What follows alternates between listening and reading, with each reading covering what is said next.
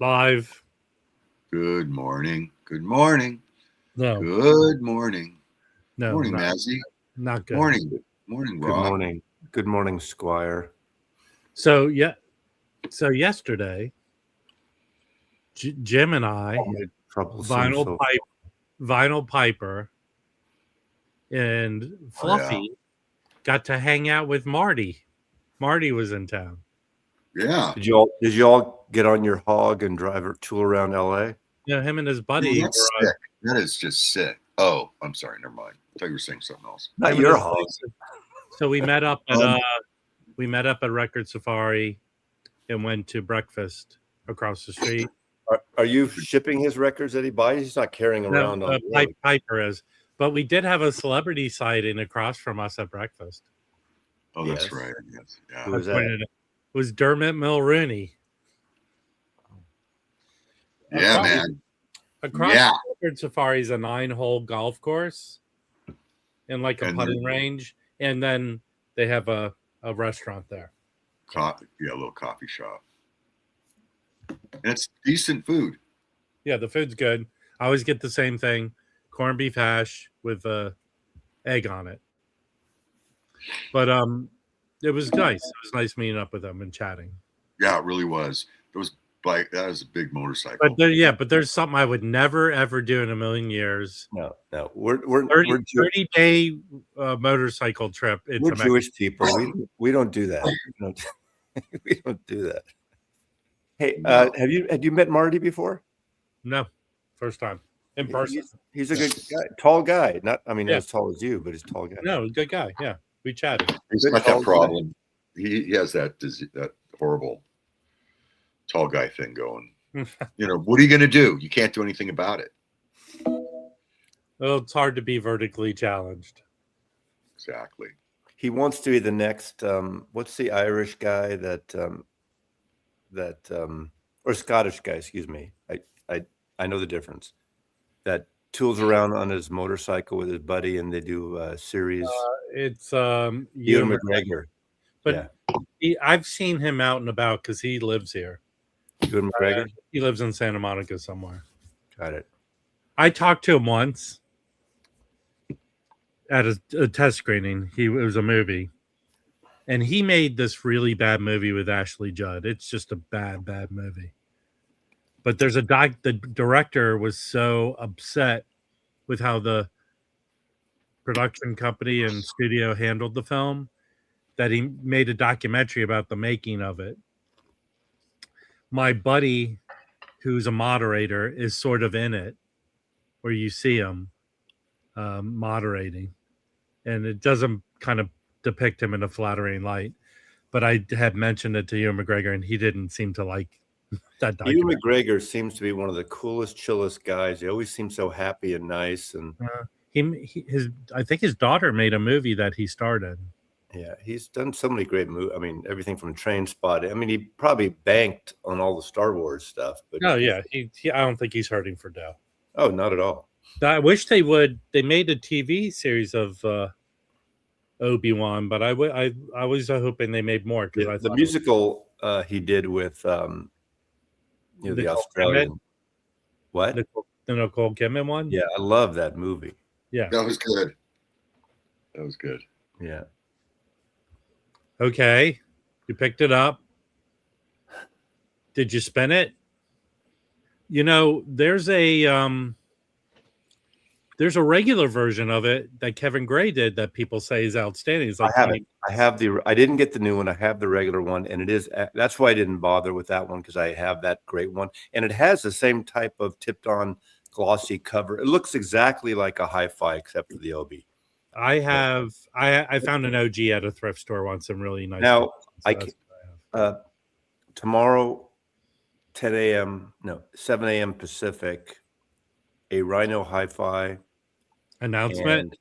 One release and a tape and a reel-to-reel and a Blu-ray of one title. Do you know what it is? Maybe.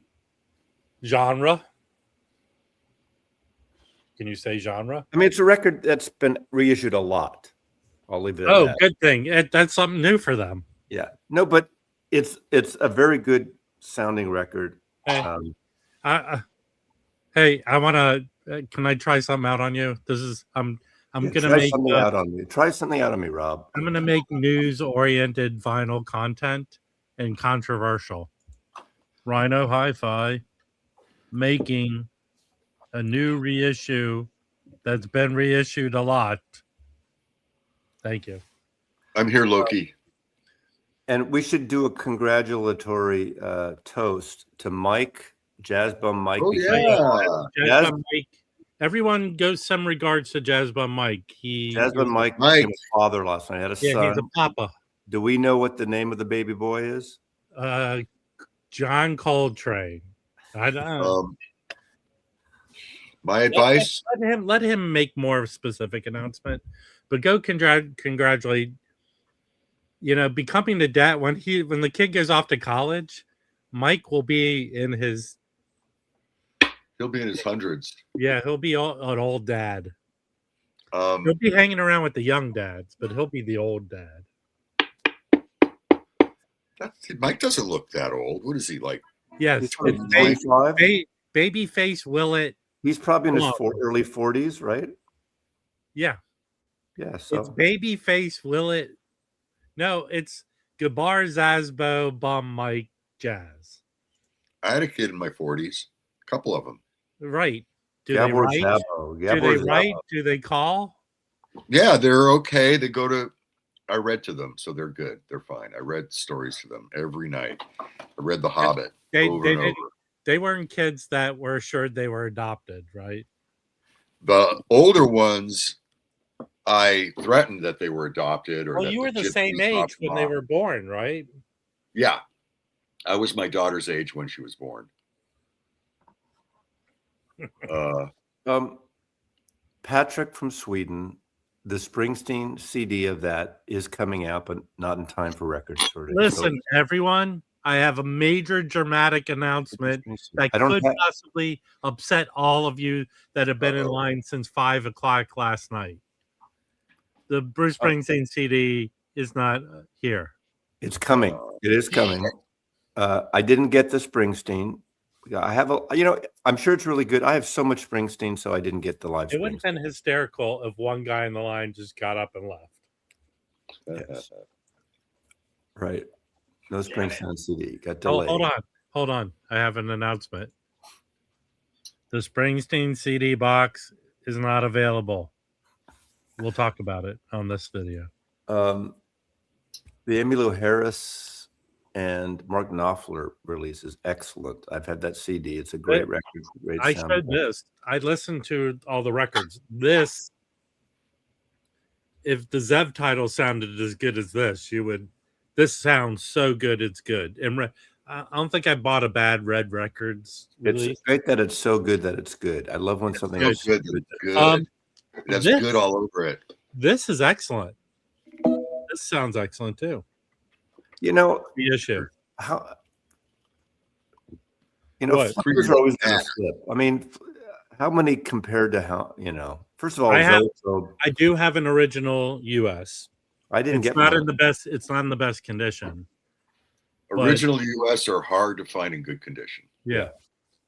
But with the nice jacket, I don't know if Mike sold out of these yet. But even if you get the regular version, I'm sure it sounds good. Vinyl Piper picked this up for me when he was at Record Store Day in Vegas. Vinyl Piper pick a peck of pickled peppers. Mazzy, you should pick this up. I think you would like this a lot. This is Charles Tolliver's first lead record. I have a version of it where it came out as an Arista Freedom called Paperman. This sounds like a late 60s Blue Note. And basically, if you look at everyone on here, it's kind of like a late 60s Blue Note. I love the Broadway musical of Tolliver where, can I have some more, sir? Oh, Mazzy. Your favorite scene is when the guy beats his girlfriend to death. Yeah. There wasn't a RSD, but there was this.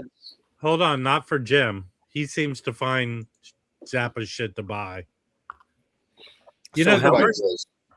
The most hypocritical thing you can 40th hear. anniversary orchestral favorites. Very good. Very. You didn't have that excellent. one? You didn't have it? Of course I have it, but this is a different cover. You know, here's something. I pulled out a Zappa record, and here's Jim's response. I have it. I go, you have all of them, and you have 5 copies of each. So I was telling the boys here before we got on the air, Kimbo dragged me to a show last night of an artist I've never heard. If there are any lesbians and I drive a lesbian car. you have a Subaru? Yeah. Oh, okay. If there are any lesbians or gay people in the audience. Yeah, don't be offended by all the no, old language. I coming couldn't out of believe my mouth right this now. is an artist I'd never heard of. Tell me, I want to know if people in the audience know of this Irish singer, CMAT. CMAT. First of all, well, hold on. Isn't that the airport in Seattle? it sounds like a tech company. It sounds like a tech What's virus. the name of the airport in Seattle? Anyway, she has an amazing band. It was at the Showbox. It was so fucking packed and crowded, and the audience was intense into it. Kimbo was so into it. He knows he was like, I think he got a set list from the stage and all this stuff. But she's sort of a combination of Amy Winehouse doing a little country, a little Bette Midler, a little Katie Lang, but has the audience in the palm of her hands and anthems, these songs. Apparently she played Coachella last weekend. Does anybody know her? Seriously, I was actually blown away. I stayed for the whole thing, encores. Audience, I haven't seen an audience go that crazy to an artist. She really feeds the audience what they want, and she's a great performer and funny. Oh, Bette Midler is her first album. In her Divine prime, Miss M. Divine Miss in M. her prime. Yeah. I won't say it's my style of music, but in her prime, she was great. She gave you everything. She put on a show. Actor and singer. The Divine Miss M, the first Bette Midler, and her collaboration with Tom Waits, Never Talk to Strangers, is sublime. It's great. But anyway, CMAT, I don't know if it'll translate on videos. I'm sure it's all over YouTube, not CTAT. We already went through that joke. But it was pretty amazing. I got home at 11:30 last night, and it was amazing. Cool. Hey, Marcus, hold on. Marcus, have you seen her in person, her band in person? You're not going to convince Mark about it. No, about but Bobby Gass, hold on. Hey, Rochelle, I got to meet Marty yesterday. Very nice person. She's an Irish woman. She gets a little political, obviously. She talks to the audience like Bette Midler used to do. What famous person does she look like, Nazi? She looks like Bette Midler, actually. Well, that's too bad. Is she an Irish Jew? I don't know about I don't think the Jew part. I tell you, if I just saw her on video, it would have been one thing, but seeing there and being in that with that audience was pretty amazing. And Mazzy put on a dress and everything. It was nice. Well, the guys, she's got this woman who plays violin. She's got a guy from Austin, or not from Arizona or Phoenix, whatever, who plays guitar, really great acoustic guitar and lap pedal steel guitar. The guitar player and the bass player wear dresses. You can see a keyboard player, a woman drummer who's amazing. I mean, it's a tight band and it has a little country flavor to it, but it's not it's rock, country. It's hard to describe, but it's amazing. So anyway, I'll leave it at that. But Kimbo knew who this person was, right? Oh yeah, he knew all her songs. He was like singing along. He bought another copy of the album. Apparently, the albums are a little hard to get here. I'm not sure why. He bought a second copy of the new one. He wanted to see if he can get it signed. I left different ways. I don't know if he waited to get it signed. Yeah, Jamie Oliver, Petrol Stations, the song. It goes into this theme, something about I'm a bitch or yeah. Do you have her albums, Loki?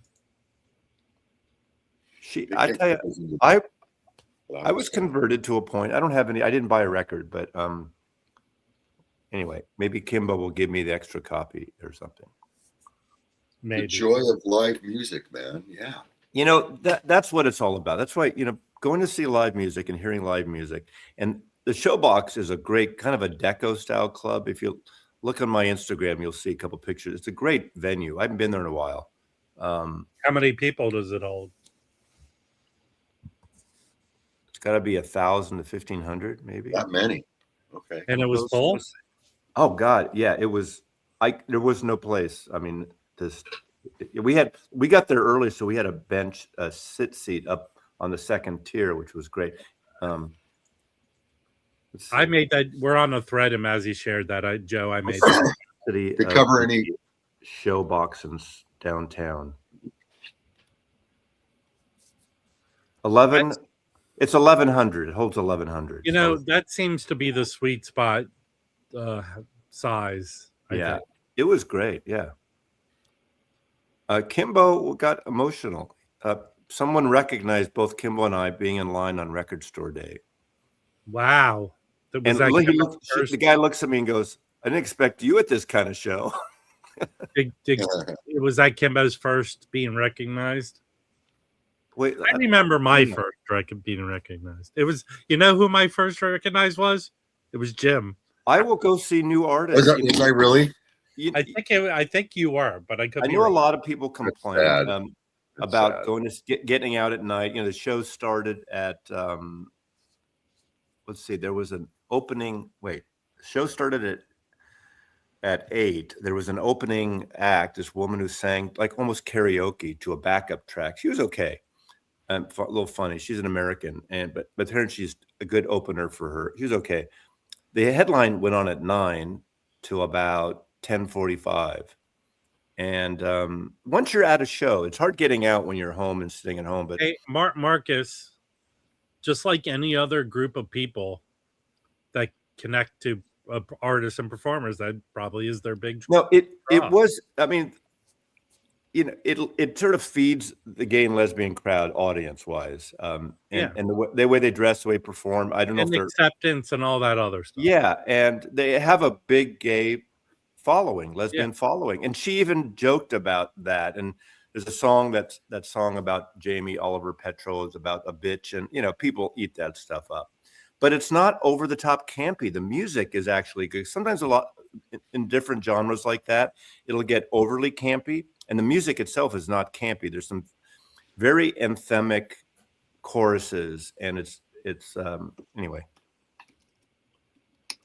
Patrick, the guy who had the hoodie of Dada owned the truck with that big sticker of Dada sticker on the back. I don't know his name. He was just fans. Him and his wife were fans, and got there. They were like third or fourth in line. I think. Apparently there's a Dada group on Facebook. Yeah, there is. And all of them, the pictures is just filled with pictures of being online. I reckon. Maybe if Kimbo wakes up, he could come on and talk about the show last night. Anyway, I never heard of it. It is kind of refreshing to be dragged to a show you've never heard of and be pleasantly surprised, because I've been to shows that I've never heard of that people have taken me to or I got tickets to and just been kind of you know. So, and it's music that was very accessible, having not known any of the music. There are great hooks to it. Hey, where are you, Marty? Where are you at now? Where did you wake up at? He's in jail in San Diego. Probably. I thought he was in TJ, and he went nuts, and it turned out he was in Mission Viejo.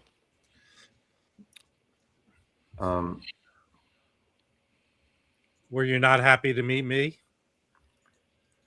He's in Chula Vista, which is San Diego area. Look at this. This is the venue. Can you make me big here? I'm not going to put sound on, but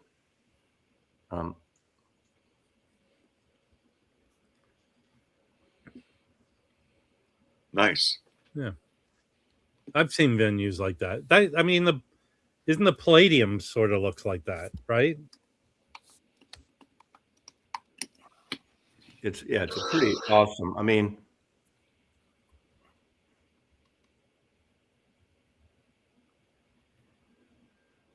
look at all the likes Mazzy gets on his YouTube. It's just nonstop.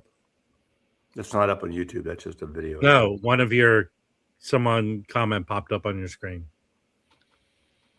That's her. She looks like Bette Midler a little bit. She looks like the woman from The Office.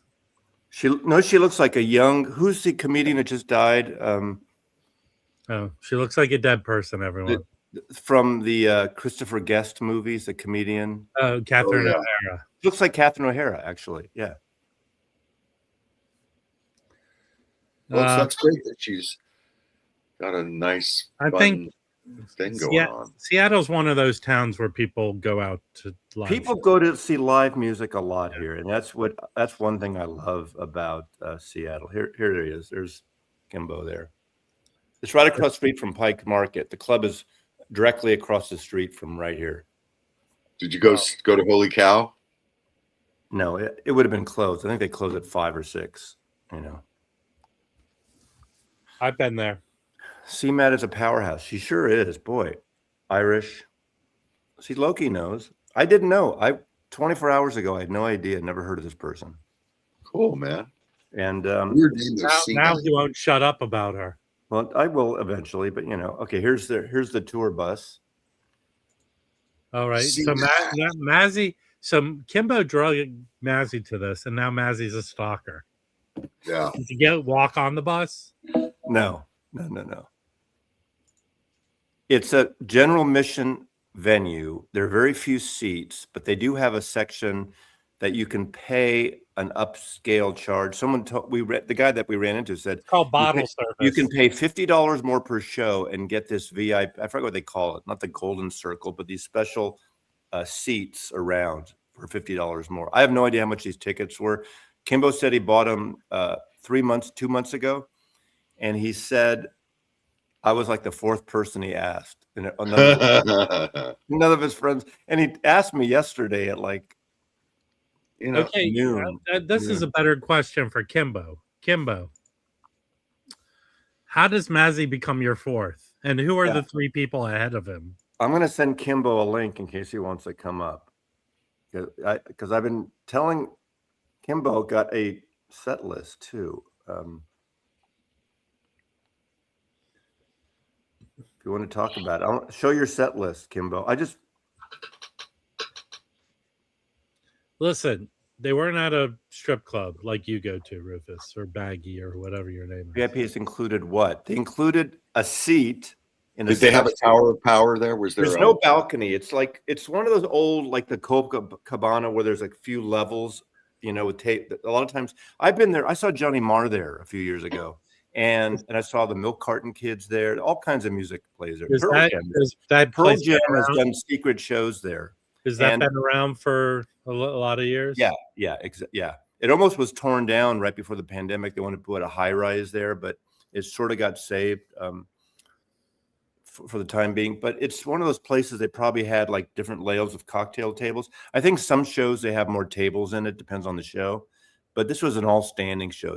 But we got there early enough to get like one of the rings on the little levels up, the second level up, so we could look right down. We were ways from the audience, but the place is not that big, so it doesn't really matter. Yeah, I was the last person. Well, of course, I was the last person he called because after this, he wouldn't call anyone else. But you're right. I just got this in. Here are the 3 people ahead of Mazzy. Kimbo's mailman. Kimbo's hairdresser. Yeah. And Kimbo's accountant. Patrick, no club gives you free booze. You still got to pay extra for booze. It gets you in early. It gets you in a special seat. Now, we didn't have that special seating, but some people, have the money that they want to, if I had the money to go to shows like that, I would definitely want a seat if I could. Ricks, really? He must have said it enough times to start a drinking game about it. Okay. This is the name. Her name is CMAT. It sounds like a fucking tech virus, right? Airport. I bet you if you look it up, there's tons of stuff. Her band is amazing. They played at Coachella last week. They're touring the States. They played in Portland a couple nights ago.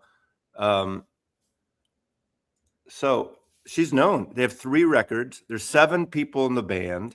Really good, tight band, I tell you. A little bit of country edge to pop music, but it's not teen pop shit, We're not We're not here to wrap up the show after 5 minutes of the show.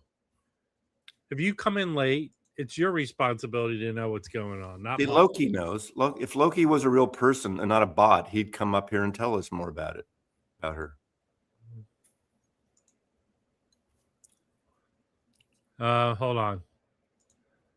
Hey, Rob, tried on a record from Japan, but crackles, especially. Which record?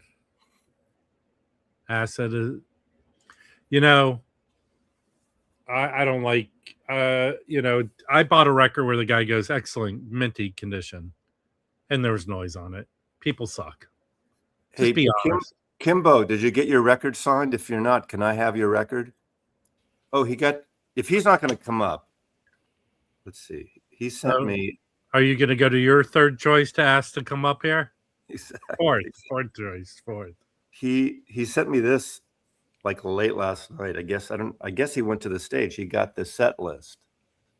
Oh, geez. I don't know. Did you buy it or did you steal it off the? What a crazy dude. Here's the songs: Janis Joplin, Jamie Oliver Petrol Station, I Don't Really Care for You, When Good Man Cries, Take a Sexy Picture of Me, Such a Miranda Rent, Running Playing, Euro Country is the name of the new album. She has 3 albums. I Want to Be a Cowboy Baby and Stay for Something. I Want to Be a Cowboy Baby. See, Matt. But it's really nice adding that pedal steel sound. That was really good. Not on every track, but great musicians. Hey, Fluffy, I flattened your record. It is Euro Country. One, it plays fine. There's a little lip to it, but it plays fine.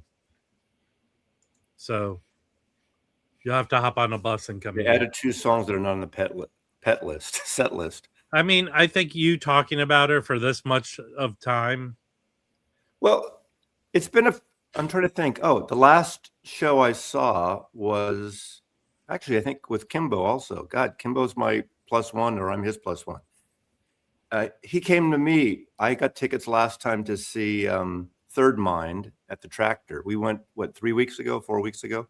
That was excellent. I like going to see live music. All right, I'm not going to do a poll, but in the comment section, what's more impressive? Kimbo dragging Mazzy to this thing, or us spotting Dermot Mulroney sitting right near us when we ate breakfast? Beck tickets go on sale today. For pre-sale, at least. I got a big purchase coming in today. Very excited. You finally got that blow-up doll? Or the living doll, I'm sorry. Ms. Pinky. $59.95. Okay, that's the big purchase. A standing desk thing that goes on top of your desk, electric. Kind of work my back out. But okay, I hate to break this to everyone. I haven't had a standing desk. I hear people like them. But with Jim's case, his regular desk is a standing desk when he stands up. I'm the same size standing up as I am sitting down. I get it. Okay. Yes, and I'm the actual blow-up doll, Ms. Pinky, $59.95, boys. What's that from? She always has that ecstasy look on her face. That's a Zappa song, Ms. Pinky. Okay. You have it too. I rinse her out every night. Yes. Anyway, yeah, it's a sick song. Yeah, Dermot Mulroney. And even when you pointed him out, I still didn't recognize him. What's the other guy? They always confuse his name, the other actor. Dylan McDermott. Yeah. They always confuse the two. He had like 4 clubs so obviously he looked like he went there to putt. Work on his putting. Well, that's where you go to a golf course for Wax, to play golf. So I did. I paid for my after 3 years and 3 months on the list. I paid for my Deckware Sarah 300B amplifier. We're gonna start making it now. 3 years on the Jim, waiting list. Jim's starting a GoFundMe campaign to help him. And how long does it take it to make? A year and a half? Build it. I figure it'll take about another month. Okay. Hey, To build, maybe a little more. I didn't stand back to back to Marty, but it looks like maybe I'm an inch or two. How tall? I'm 6'4". Rob's taller, but I would definitely want Marty on my team before Rob.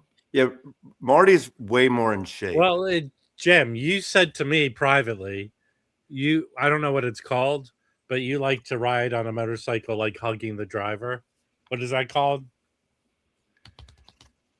You know, did you have the battle of the Christian and the Jews with Marty? Like, did you fight lions? He brought up his what was he raised again? A Walmart or something? No, a CMAT. Yeah. What was he raised? A good one, man. It's a really good sect. My grandfather was as hardcore. You don't need a Google. There's a name for it. Jim wants to be Marty's backpack. Kimbo says he doesn't know his Google password. You don't need a Google password to get on StreamYard. You just need a browser. He's making up excuses. Oh. No, I think you do have to have a name and everything like that. You have Tonight, Concert Bunny, are you gonna Concert Bunny?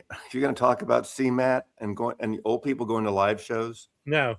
Tonight on Surface Noise Spins, the topic is Record Store Day. Okay. Is it making you impotent? Well, because of all of the records that they're producing on Record Store Day, there isn't enough, I guess, oil to make condoms or something like that. Yeah, that's true. And guess what? The war is not over. I'll leave it at that. This is Record Store Day, though. Didn't you have your tubes tied? You don't need a condom. Well, but I still use one anyway. Even by yourself. Just for... Oh, you have a special guest tonight? Tune in, a very special guest. Nice. Special guest tonight. I'm not going to say a chance. I apologize before I even said what I thought. Were you going to put me down? No. Okay, good. Yeah, that'll happen 4 more times before the end of the stream. I'm leaving early. I know. Yeah, Jim has to go get his polygrip fitting. Yeah, I've got to. I got to get my falsies realigned. Isn't he's dead, by the way? His son, and I used to wait on him a lot. His son? He had 2 sons.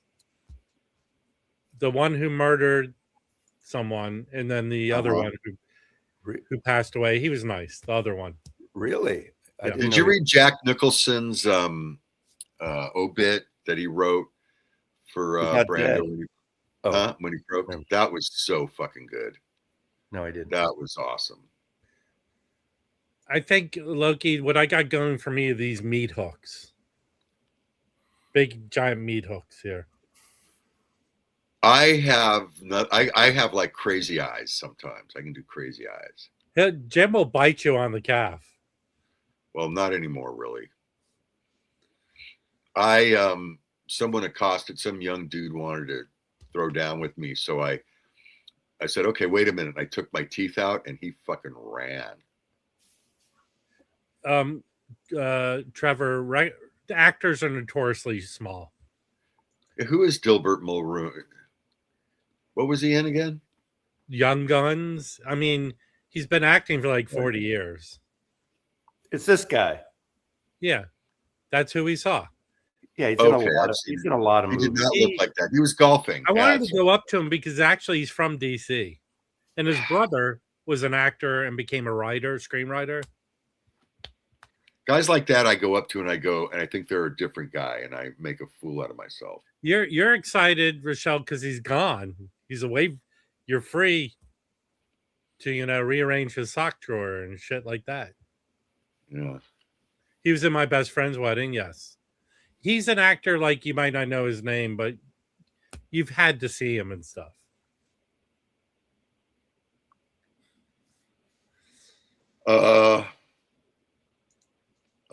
Hey, actually, Harry picked up a record I recommend, that Pavement jazz cover record. Did you like the whole thing, Harry? Because that record's good. This record's good. Everyone pick it up. And it's amazing that Strata East sells this that cheap. This is not expensive. Very nice. I don't know. I don't know if I could ride even a motorcycle across town, but riding it as many miles as they are. The last time I was on a motorcycle, I think I was about 16. And last time I rode a motorcycle myself. And I thought it went out from underneath my legs and it just took off down the hill. I thought the last time you rode a motorcycle was in front of Walmart. It was that thing you put a quarter in. No, that's the horsey. Michael Tilson Thomas died, huh? I even know who he is. A conductor. Wait, the singer of No, Michael Tilson Thomas is a conductor, or is a orchestral conductor. He one Beatle connection. He orchestrated the album, John McLaughlin album that George Martin produced. Michael Tilson Thomas conducting with the Mahavishnu Orchestra that George Martin produced. In fact, I don't have it right here. You should, Fluffy. I didn't know he died. Yes, Mazzy gets notified every time someone. Despite what people think, I do very few tributes, and the one I did today isn't. If you watched it yet, it's just dropped before Rob. It's not just a tribute to Dave Mason. It's about the several albums that Steve Hoffman and Kevin Gray that mastered that are considered audiophile before the vinyl resurgence. So a lot of people didn't know, like MCA had a very short-lived series 30 years ago, and they put out Alone Together. Find the 30-year-old 1995 Alone Together, the MCA archive series. The liner notes on the inner sleeve are by Michael Fremer, and Kevin Gray and Steve Hoffman mastered it. And it's the best version of that Dave Mason album, better than the original with the marbling. We just disagree. I bet you they sell out now. I did one a couple years ago, and I mentioned I don't do horses either, Joe. They'll sell out on Discogs. There's about 15 or 20 of them on Everyone, Discogs. Mazzy's changing his nickname. It's not whatever he is. The Mazzy, the annoyance of the internet. It's the VC Obituary. He'll have a series like the Whack-A-Mole, the VC Obituary. No, but serious. That MCA version from 1995 is the best sounding version you'll ever cry, hear. Mazzy. You know, that would be, if the tapes are around, that would be a good vinyl file, because that's universal. So if the tapes are around, and it's probably... was that his breakthrough? Is that we don't... Yeah, here's the problem. That was on Blue Thumb, and that was co-produced by Tommy LaPuma.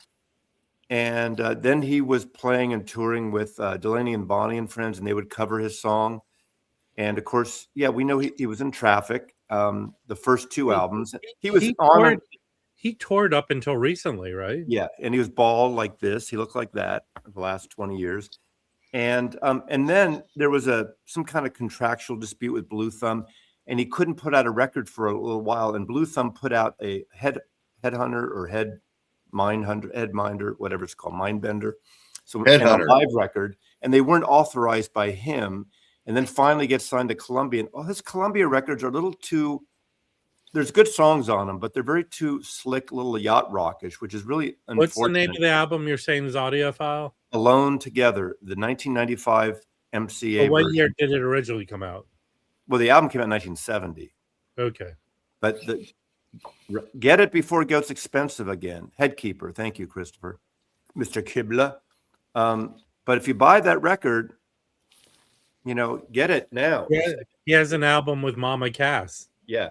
That's a pretty good album. But all those records had a few great songs and a lot of not great songs, I thought.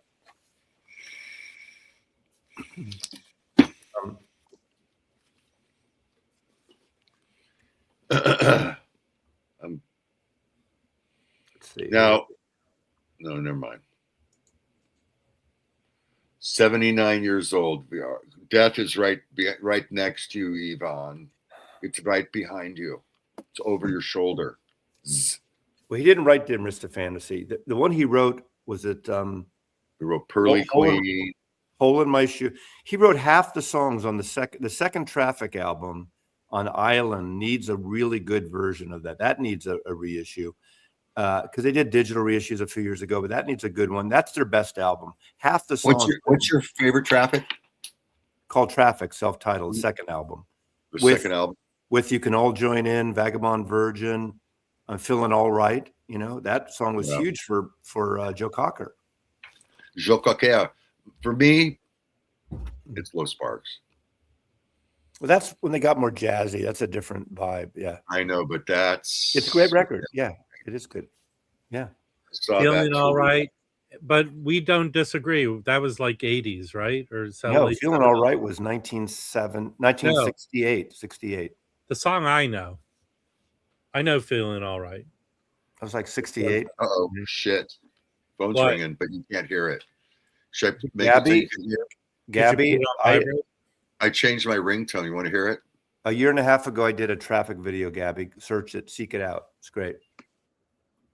Hey, I didn't even know this. I was right. Surface Noise. No, that's not Rick's. RSD, what do we do now? I need to correct Rick's. Dave Mason is on the first two Traffic albums, but when it came out in America, they took his picture. It shows a trio, but he's on the first Traffic album, and the second album is a self-titled album that Dave Mason is on. He leaves the group. He does his solo stuff. He works with Delaney and Bonnie. He comes back for a short-lived tour on an album, a live album called Welcome to the Canteen. Dave Mason is on that. So don't school me that tell me that Dave Mason is only on the first Traffic album. You're wrong. Yeah, listen, don't fuck with Mazzy. They're a British band. They're a British band. He used the weight of the internet to crush you. Mr. Fantasy, you know, Stevie Winwood, John Capaldi, Chris Wood. That's the main Traffic. And then it changed. They got rhythm section. I will say this. You do see Dave Mason records at thrift stores. We just disagree. Is that I was listening to that in the car last night, like a Dave Mason playlist on Apple. And how are you? What's going on? It's kind of a cheesy song. It's a fun song. It's a great riff, but it's kind of overproduced and it's kind of yacht rock-ish, don't you think? Hey, what's going on? We just both disagree. What's going on? That's not yacht rock. It's like 70s pop song. I know, but it's on the verge of yacht rock. Yeah, it makes me sad today to find out about Dave Mason. Yeah. Well, every day for the rest of our lives now. Did you go see him when he toured nonstop? No. So do you know CMAT? Do you know CMAT? CMAT, no. Oh, because you're in the gay lesbian world, so I thought you might be. Yes. CMAT. Look her up. Australian. We saw her last night, Kimbo. Look her up. She played Coachella last week. Yeah, you know, Scotty puts on his Irish singer, his hooded thing, cloak, and goes to the meetings where all this information is. You know, we disagree. We just disagree. I do like the song, Dan B, but I listened to it last night. It's kind of like one side of a telephone conversation. Listen to the lyrics. How's you? That was actually 1977. That song. Hello, how you been? We just disagree. Come on around. I love that song. Let's have lunch. Don't call me. It is slick though, but I like it. It is slick. Hey, everyone! Mazzy just got caught. Doing this as a phone call. When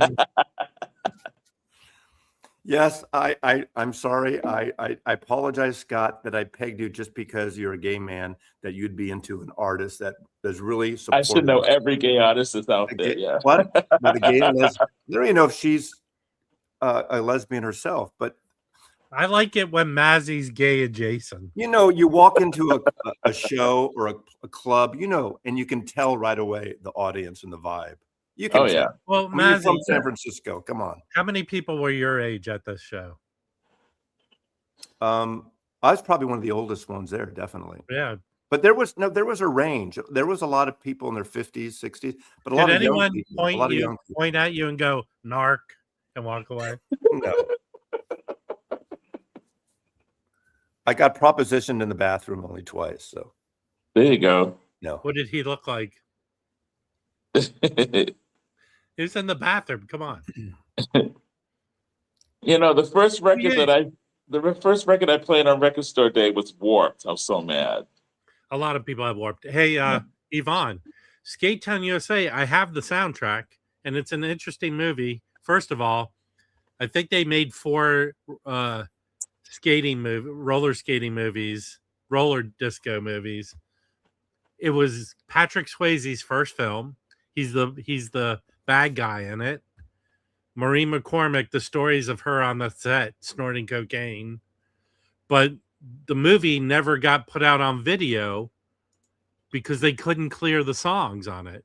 But Dave Mason stars there's a musical performance in a roller disco movie. Tell me about that. I do like the Indigo Girls too. I do. Someone mentioned. I saw a clip of them. They're getting first ready. few albums, they're getting ready for a big tour. Both of them. I love the. What's the song? They used one of the songs in the Barbie movie. Right? I went. Yeah. Closer to Fine. Isn't that the name of that song? I don't know. I don't know the names. I have the first 2 CDs. That's my CD era. That kind of picking those up. It's a good record. It's a great hook. It's kind of like the Proclaimers, 500 miles, 5,000 miles. It's a great CD. How does Dave Mason end up in a roller disco movie? How does anybody end up in a roller disco movie? But they couldn't clear all the songs on it. I mean, the soundtrack has some big acts on it. I agree that Dave Mason got a little soft rockish in the later 70s, and that's why. And the production got schmaltzier, and I think it didn't. I mean, he sold records, but it wasn't like that greatness, I thought, because he's a good songwriter. I do have an autographed Maureen McCormick compact disc because my friend Vernon worked for the distributor Koch, and he got me that. He got me, what's the guy? Remember the guy who did, was it that singing competition where he did the really kind of off-key cover of Space Oddity and all that? William Hung. Oh, that guy. Oh. And he had a moment. He had about 1.5 years that he toured and made money, and he did those kind of campy versions. He's famous for singing "She Bangs." I think he did that too. Yeah. William Hung. I need to do a William Hung video. Yeah. Rest in peace, William Hung. Is he dead? That's the only way you're going to do it. Probably rest in peace, huh? Yes. My favorite would be Mazzy doing a whack-a-mole where he reaches and pulls out the William Hung record. Yeah, well, my friend Vernon, like all through California, he had to go on the road with William Hung for all the in-stores. He was doing in-stores at all the towers, and he had like 1,000 people would show up. Oh, God. Whatever that game, the first game show, the song show. I heard William Hung now lives on the street and drinks. He drinks nail polish. Yeah, he didn't win, but he was so bad that he got. I don't even know which one. He got a record contract. He was and it was huge. William Hung.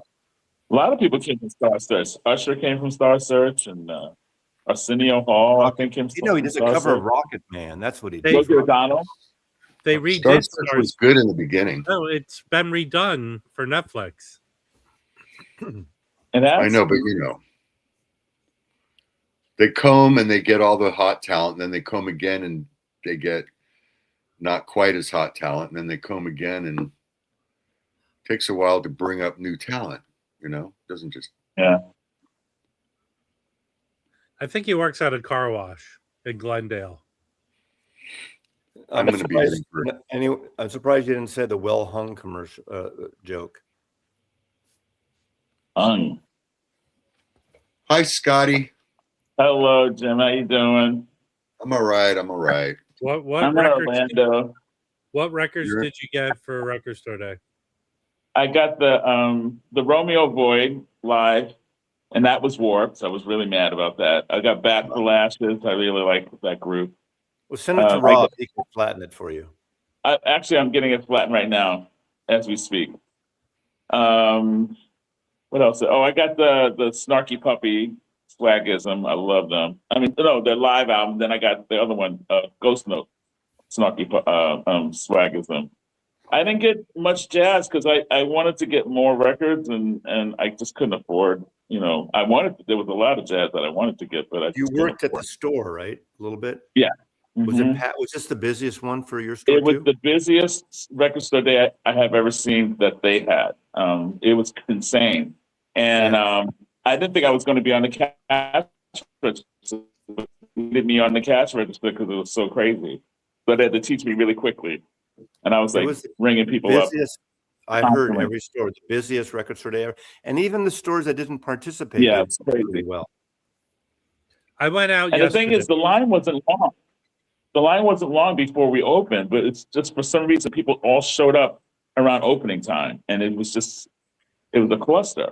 But afterwards, when Luke Graham came, because we had to work the line for Luke Graham's meet and greet, because Foreigner was performing that night in Clearwater, and Wow. several hundred people showed up for that. Wow. It was insane. We didn't know he was going to be able to get out of there in time, so it was crazy. Hey, so the Michael Jackson movie is getting slammed by the critics. It's I getting don't really think slammed. Yeah, Yeah, I don't think it matters. It doesn't matter. people are gonna watch it anyway. Yeah, it's gonna do Yeah. well. I think. Is it getting better reviews or worse reviews It's getting. than Well, I'll Melania? say this. Than I'll say Melania? Is it better than Melania? Okay, No, actually, no. not by much. But Tom Fuqua technically is a good director. But he's not good at telling a story. Well, they're saying Typically- that some of the lines are obvious. They're like obvious lines. You know what I mean? Well, I will say this in his defense: the movie was probably over 3 hours long, and they, for legal reasons, they had to omit stuff. And I think they're prepared to release a second film based on how well this does. And No. again, I think it's a review-proof movie. But people are saying that his performance in the film is very good. That's what Okay. a lot of people are saying. It's just like seeing stuff we already know refilmed for a movie.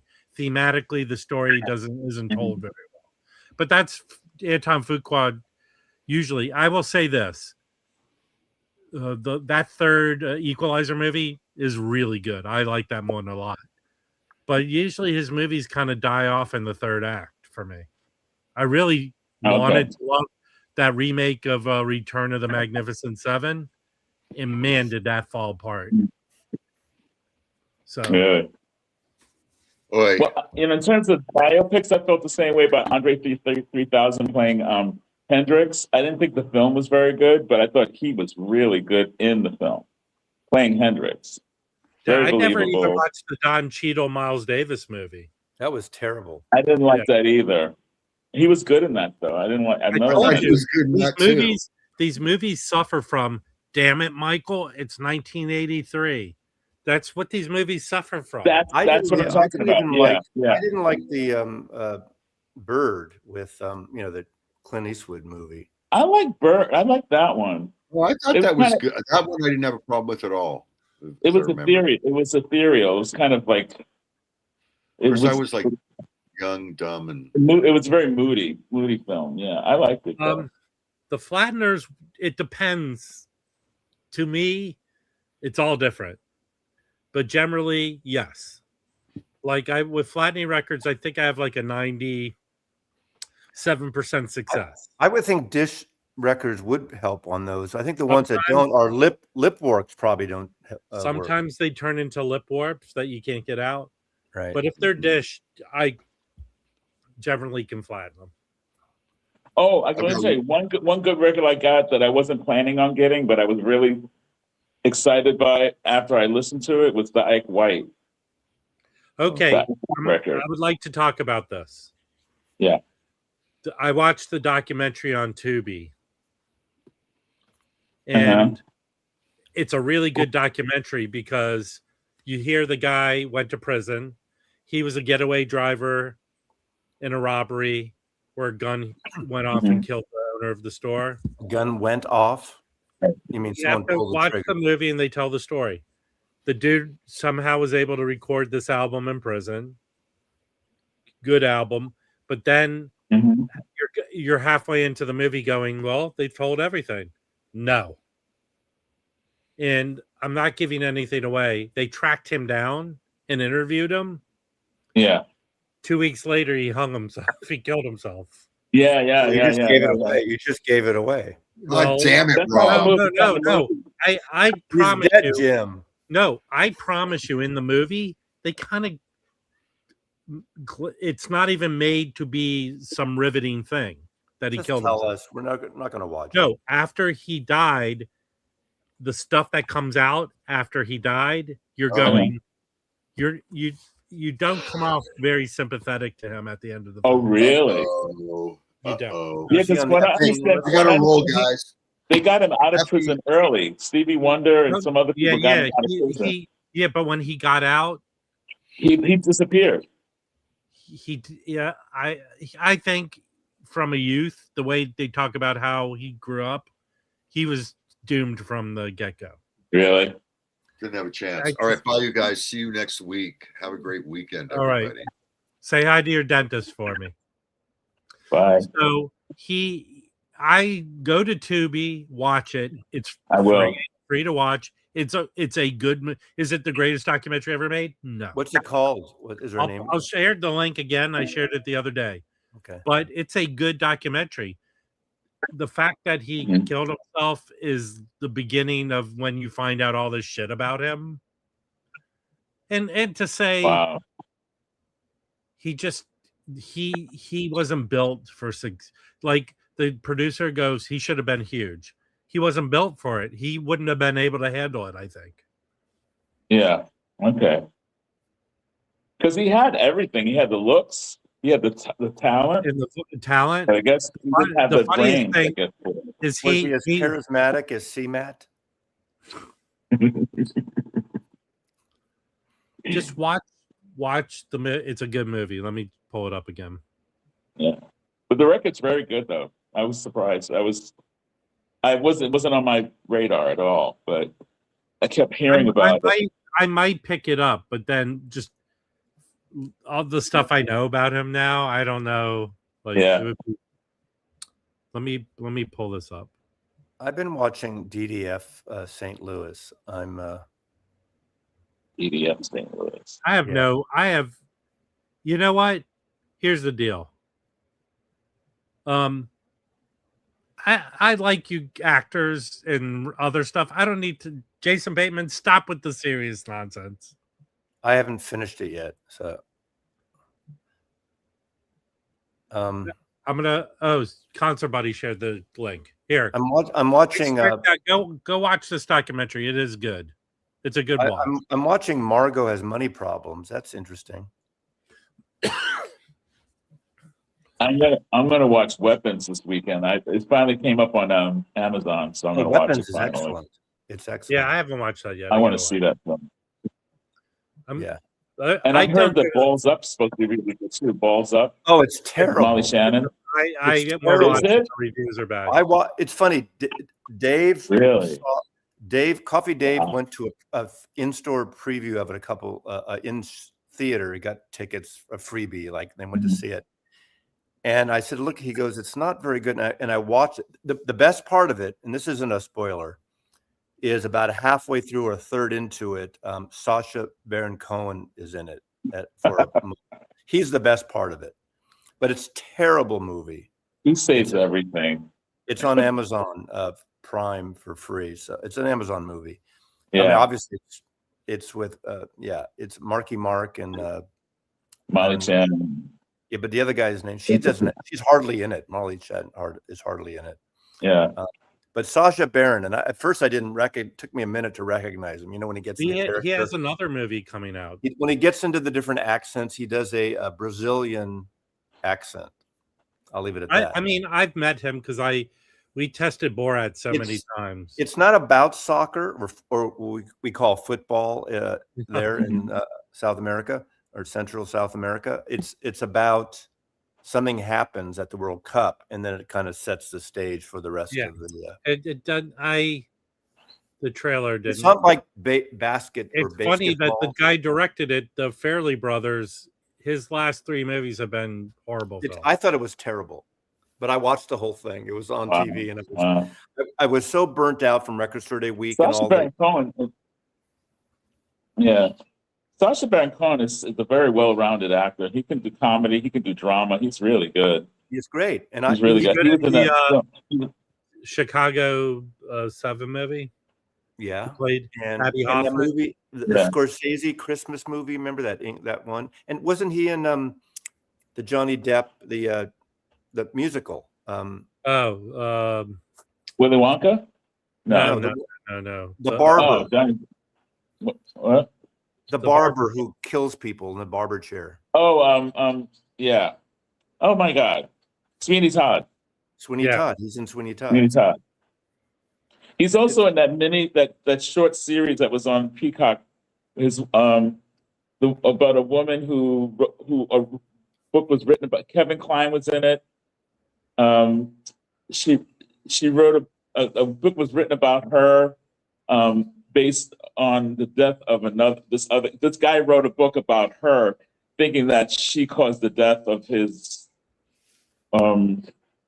son on the south of France or something like that. And he played the wife, the husband of the woman who, I forget her name's. It was really Kate, the British actress, Kate, whatever, with the little. Kate Beckinsale? No, the one that was in Tar. Kate Blanchett. Oh, Kate Blanchett. Kate Blanchett, Australian. yeah. She's And Australian. she's not British. She's Australian. Australian. Yeah. Oh, yeah. It's a There's two great different series, countries. miniseries. Yeah, They're it's two a great different miniseries. countries. I'll tell you this: this actor who played the Richard Jewell, the last 5 movies I've seen him in, he shouldn't have been cast. Like, Is he the guy in this movie with Wahlberg? yeah, He's terrible. yeah, he shouldn't have been cast in the Naked Gun remake, whatever it was. He shouldn't. He was miscast in that. I just That, think that dude just Mhm. says yes to too many movies. it wasn't funny except for Sasha's scenes, maybe. And that's not a big long section, in the middle of the movie or whatever. Yeah. Watch it. Come back next Tuesday and tell me what you thought of it. Yeah, well, I've been watching Zach Galifianakis, whatever his name is. He's got a new series called. It's a series about gardening. It's very weird. And it's not very between two It's very ferns. funny though, huh? Okay. It's not a gardening show or something like that, and it's basically explaining about things that we probably normally wouldn't know about, like things like tomatoes or apples or how things are grown or how things are grafted, things like that. But he starts off every episode talking to little kids about a certain vegetable or fruit or something like that. He needs And, to you go know, back to making comedy movies. He's a crazy dude. He's got a really weird sense of humor. That show he did, Baskets, was good, Yeah. mainly because of Louis Anderson. Okay. You know, Louis Anderson played his Yeah. mom. He won an Emmy for it. He was good. Louis Anderson's good, but yeah. That's not true. Every Orson Welles movie was a masterpiece. No, he made some bad movies.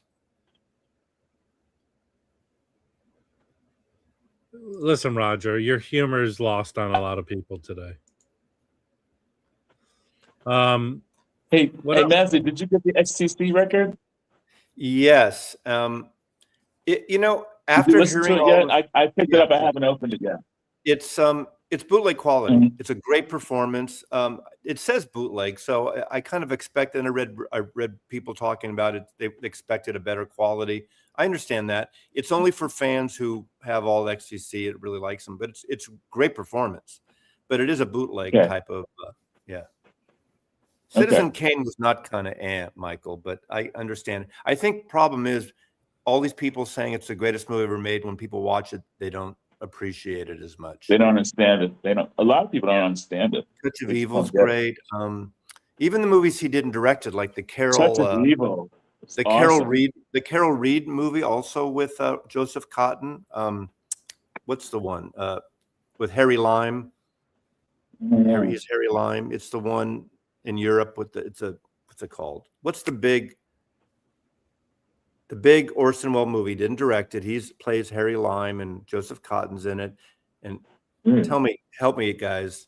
Third Man. Yeah, The Third Man. Okay. That's a perfect movie, I think. With Touch of Evil, every time I've seen it, I just always think about Janet Leigh because they said she had a broken arm in the whole film during the whole filming of that, and she took her cast off and worked with a broken arm. That's Man, crazy. she was a trooper. Carol That's Reed. crazy. Like I said, Carol Reed directed it. Third Man. Third Man. Yes. Third Man. Third Man theme. Alex Karras, the da da da da da da da da da da. Great soundtrack. Yes, David Atkinson. You people make good movies over in Britain. I love that late 50s, early 60s, like Look Back in Anger and that whole Angry Young Man series of movies that seems to be on every cover of a Smith's 12-inch. It was mainly Hey, Rob, listen. did you get the Wolfram? No, Mm. I didn't buy any of the Zev titles. Mazzie's sending me a The couple. Zither. Yeah, the Zither. The more I'll just stream them because they're to buy all this stuff on vinyl. The whole point of listening on vinyl is I want stuff to sound like good. And these are not the greatest recordings. Oh, really? Okay. Technically, not the music. So will I get it? I don't know. But I didn't buy any of them. The McCoy Tyner live record is freaking awesome. Really? Yes. Okay. So I went out again yesterday and looked through. I did see that Roy Hargrove, but I didn't grab it. I didn't get the Pinnacle. I streamed the Pinnacle. What's it? Pinnacle, whatever by Buster Williams. I don't care for it at all. Well, Like I liked one track I liked, but I didn't like it enough to buy it though. Yeah, it's good. Yeah. The Muse titles that go for money, I like that kind of stuff. Mm-hmm. So we're in the second hour now. Those of you who didn't come in the first hour, tomorrow morning, 7 a.m. Pacific, Rhino Hi-Fi has a single release coming out. It's been reissued. Apparently, it's been released a million times before. I'm saying it's been released a lot. It's coming out on Rhino Hi-Fi, a reel-to-reel tape, that reel-to-reel series, and a Blu-ray with a Atmos mix. Wow! And it's a record that probably almost everyone here already has. So if you don't, but it's a very beloved record, and it's a very good sounding record. And so that's you're the only. Are you having a conversation by yourself? Chuck T, I don't know. I didn't see your question. Answer your question. What's your question? What's Chuck T's question here? Chuck T, Mazzy. I have a thing for Mazzy. Is you wear boxers or briefs? It's censored. They don't have "Woman Is of the World." It's not on it, which is unfortunate. But it's excellent. You never heard those songs sound great in the live show. If you get a chance to go see the live IMAX, did it happen yet? It's coming up. It's the one we saw in LA, Rob. It's coming out now. They're releasing the yeah, it's excellent. New York concert. It's not censored. They just don't have that song on there, unfortunately, which is, I think, a disservice. But it doesn't wreck my love for the box anyway. It's a really great sounding box. Thank you. Sorry, That would be like if they like deleted a song from Easter by Rock and Roll and Rock and Roll. Yeah, and also, I mean that's a great song. And also Rednecks by Randy Newman and Ry Yeah, Cooder's that's Jazz. kind of silly. I think that was a missed thing, and I think Sean made that decision.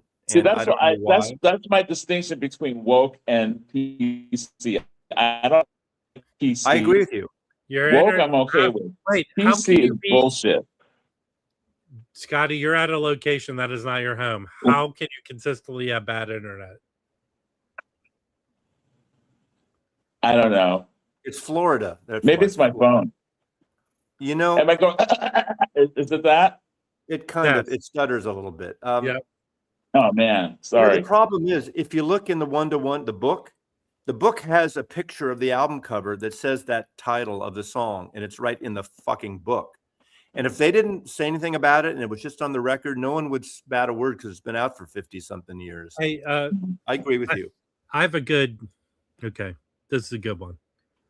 So yesterday, I get an email from Acoustic Sounds. I apparently have a want list, and they were nice enough to send me a notification that that album is now in stock. I made that request 3 years ago. 3 years ago, and it was Chet Baker Sings, which came out, and you can still get it now. How come it's taken them 3 years to get copies in and then notify me? It's not Rumors, okay, and it's not Superfly. That Black Keys, you know, they put out I hate to say double 45, but the El Camino record store day about 10, 12 years ago of that Black Keys, El Camino. It's fucking amazing. I agree with that. It is a great sounding record. It's her best record. Yoko does sing, but she's great in it, I think. She does sing. Well, what song is still relevant today as it ever was? The Woman is Woman. Yeah. Woman is the yeah, a lot of people whatever. got that email. Whatever. Oh, you know what record I got? I got the Marshall Crenshaw bootleg. how's Bootleg that? series. It's very It's just good. all those demos. It's low quality, but it's mid quality, I should say. But it's good hearing. Like it's kind of like demos and that kind of thing. But it's very good, I always liked him anyway. I always thought that Marshall Crenshaw was really good. He has Pop. the 2 songs. What? Pop rock. 50 years ago today, April 23rd, 1976, the Ramones' first album was released. Wow. Thanks for the reminder, Mazzy.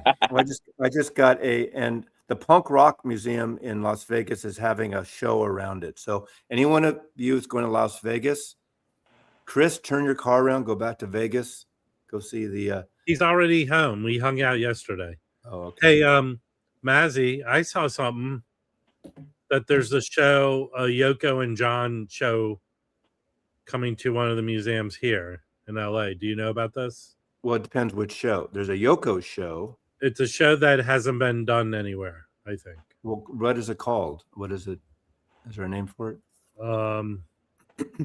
Let me type it in. 50 years ago today. I have all the Ramones. I think maybe I need one Ramones record. Yoko show LA. Is it the Yoko show? It might be the Yoko has a big. Where's it? What museum is it in LA? It's like a big museum. Well, then it's probably the one that was in London and in New York or Brooklyn. It's a great show. I saw it. It's the retrospective Yoko Ono Music of the Mind. I think it's that show. Yeah, it's I saw it at the Tate Modern. Wow. It's an amazing show. Seriously. It's here in LA, May 23rd through October. Go see it. October. It's a great show. Yeah, it's a great show. I went with David Ellis. We went to it my second day in London, I think. I'm trying to guess this album that's being reissued tomorrow for the millionth time. Well, call me after the show's over. I don't want to put it. Jim heard you would be coming here this time to make a comment, so he left. Yeah, Jim has a life to lead. Not like us.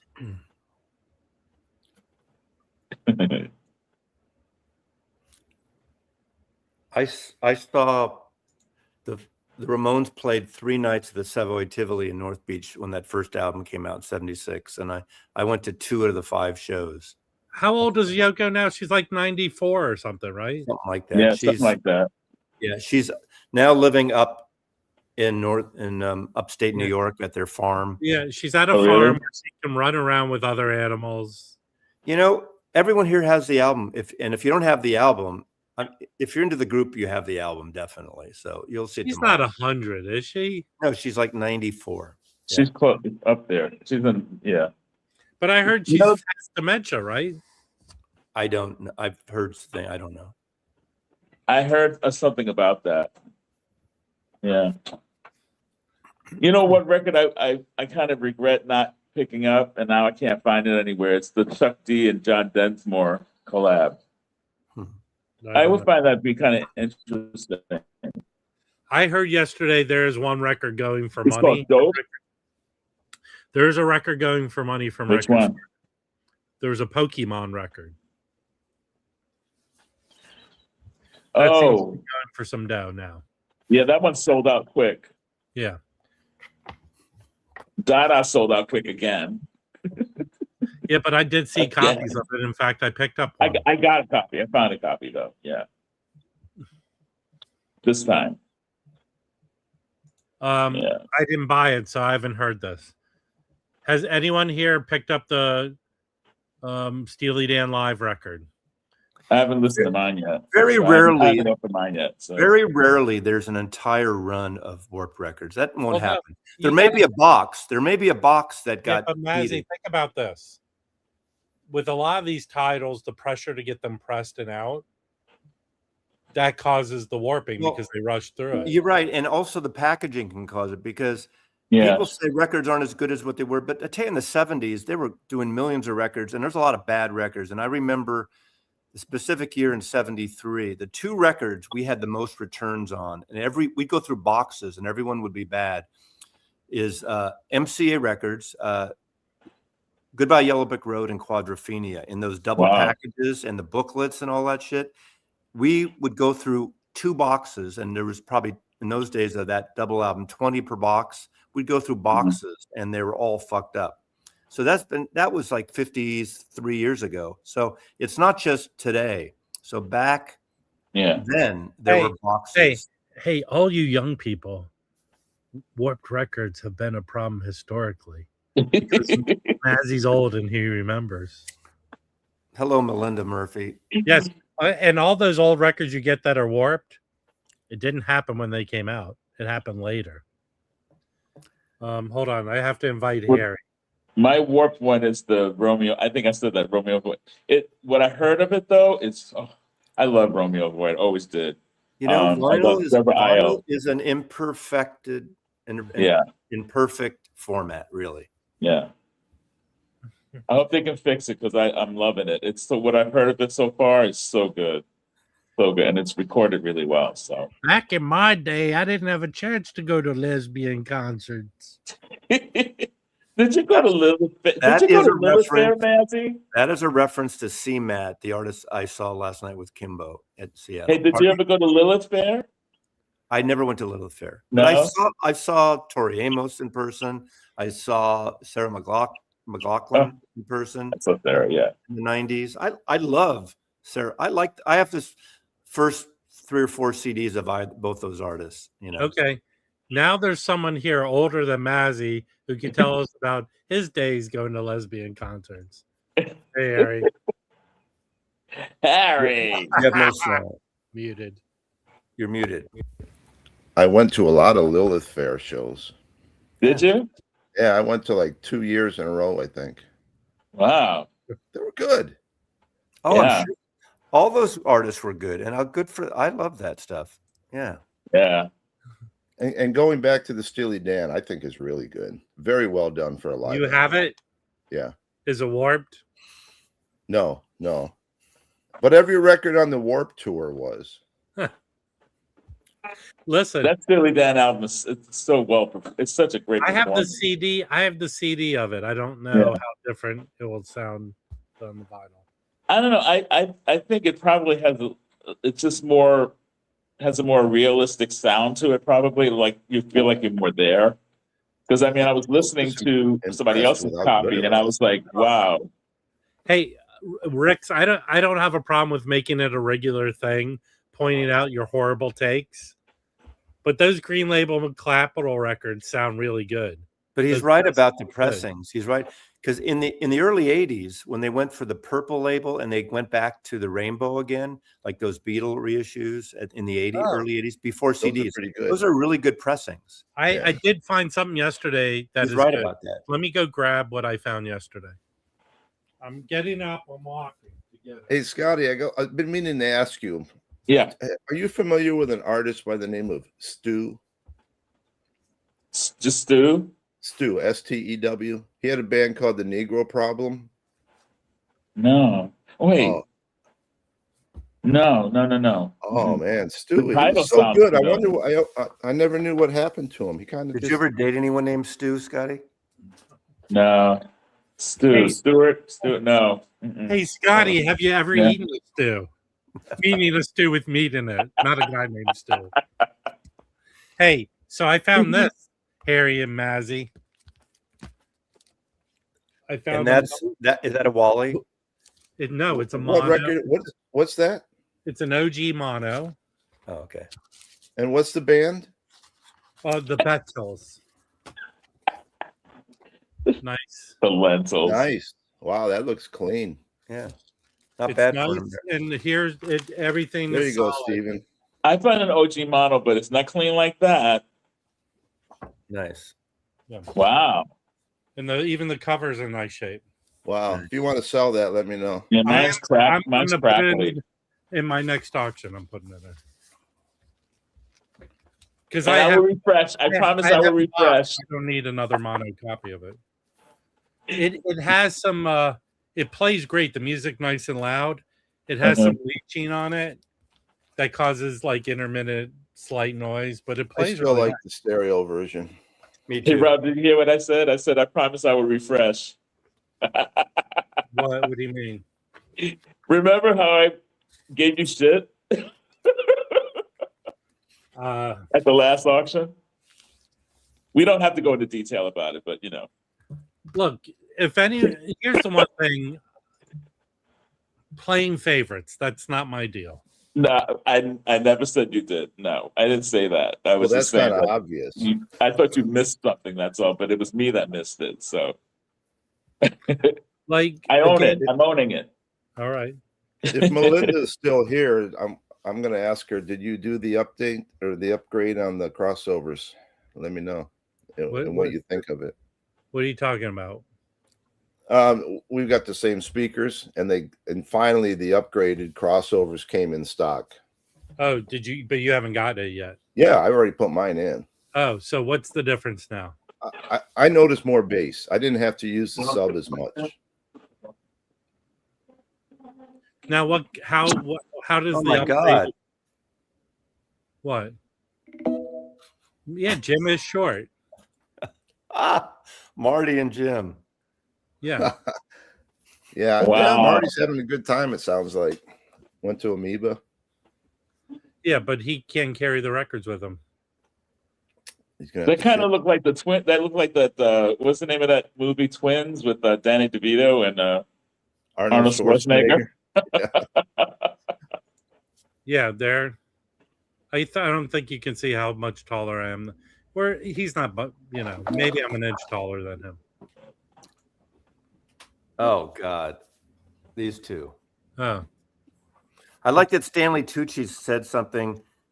It's so weird. People who wear track suits when they're not at the gym. okay. Listen, I'm about being comfortable, but when I'm going shopping for records, I get dirty. I don't care, and I just have another black track jacket coming in today.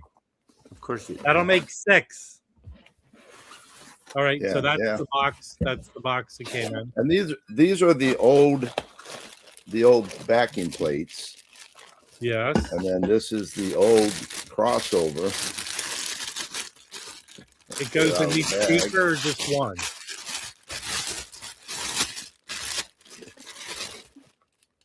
That That's looks like the old ball one. making. The new shit. ones are like twice the size of this. Hey. Shouldn't that have a green wire? No, you have to cut the red wire. So I put these old ones on eBay. There's people are actually buying them because they do, they make custom speakers and they use these crossovers. So wait. So there's a pair of those, and they go There's in a each pair speaker. of them. So how much are those? Are they worth anything or no? I forget Melinda, how much were they? I forget now. $300 maybe.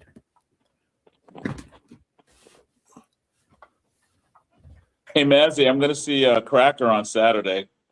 Oh, good. Oh, good. Yeah, we're having Tropical Heat Wave for my radio station, And I'm going to be one of the DJs doing the silent disco. So hopefully I'll be done with my set and I can go and see David Lowery. That'll be fun. You know, he's a professor. Yeah. He teaches. Yeah. Yeah. They're so good. Yeah. That'll be fun. When I first moved here, one of the first shows at the Crocodile was Cracker and Camper Van Beethoven. So both his bands, and obviously there's some overlap, and it was great. And I think they would go on tour and they would switch off every night who was headlining. But yeah, I love Cracker. Yeah. That's gonna be fun. I love the Record Store Day Tusk. Fleetwood Mac Tusk cover. It's out there, Yeah. It's weird, but I loved it. I picked it up. Camper Van Beethoven. Yeah. Hey, Go ahead, Source on point CD. 10, Matt. say Harry, answer his question. Source point 10. They have Here. the 10-inch speaker. Someone said that the Pavement Tusk record is going to be It's not reissued. Pavement. It's Camper Van Beethoven. I'm sorry. It's going to be reissue regular. It's coming out. It's Cooking Vinyl out of the UK. Put it out. They've done all those. Can you stream it? I think you can. Yeah. Yeah, I believe so. It's weird. That's what's great about it. I mean, why do Tusk if you're going to cover it exactly? You better make it weird. Well, plenty of people cover things exactly. I know, but I think to me, what's the point doing a cover unless you're going to make it your own? I enjoyed 1989 by Ryan Adams, even though I didn't even know that was Taylor Swift's music. I had no idea, but I wasn't that much familiar with her at the time. Yeah. So Well, I that's liked it. Well, but like Harry Nilsson sings Newman. He says Yeah. a Harry Newman song. There it is. That's Hold it. on. Hold on. What is What are you showing, Harry? What is that? This is Ryan Adams doing a complete cover of a Taylor Swift album, 1989. Okay. Did he hit? Did he meet? It's really good. Did he hit it? He actually went back and dated all the guys Taylor Swift wrote songs about. Hey, okay, so here's a picture of Fluffy and Vinyl Piper and Dermot Mulroney. There he is, right? That's his shoulder. There you go. You're a psycho.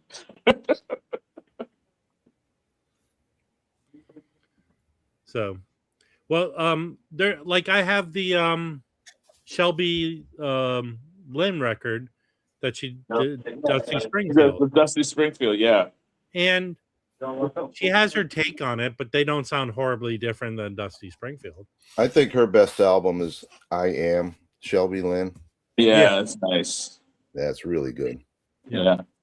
But that I like Dusty, her sister too, Alison the Morrow. Dusty Springfield record is awesome. That is such a good record. I finally got a copy of it for myself, a newer reissue, because Like I can't find it anywhere. Chad reissued it. So good. I think the record company put out a regular version, but the Chad has a 33. He might have a 45 of it. The 33 is awesome. By the time they announce this Chad Fest next month, supposedly, by the time, if they announced it initially, airfares are going to be twice what they would have. With the airfares are Now, actually, I heard the Chad Fest is moving to Zoom, so we can all attend. no, but seriously, Airfare has doubled. A month ago, I looked at airfare to Shiloh, Illinois, and it's literally twice as much now. yeah, that's not going to be a good thing. So I'm leaving Saturday morning. I'll Oh, be driving back this time next week. is Patrick coming with you? Either Patrick or maybe Kimbo. I want to get there first and see everything and see exactly what I got to deal with, and then I'll let them know if what's going on, and if I do need help or not. Hey, it's getting busy here, and they're gonna be making lots of noise, so I'm gonna get up and just watch you guys. So I don't want to be disturbed. Plus, my voice is crackling on your thing anyway. So Could you just type in a list of excuses in the chat, please? good seeing you guys. See you. Talk to you later. take Bye. care, everybody. I'm gonna be around, but I'll just be off. Right, bye. See See you, Scotty. Okay. Hey, Harry. So, what did you do record store day? You went out by yourself? Yeah, I got up about 9 o'clock, and I went over to the store. I got there about 9:20. They opened at 9. Which store? Atomic Genius in Puyallup. There was about maybe 40 people in front of me. I got everything I wanted except for the Pink Floyd. Did you find that online? No, I decided I didn't need it. Do you I'll have? tell you though, I did get the Springsteen. It is so good. Really? It really is. Did you? It's this. When was the show? Like It 2 was years ago? 2024, I think, maybe 2025. It was a show. It was like a festival on the beach in Asbury Park, and they did a set.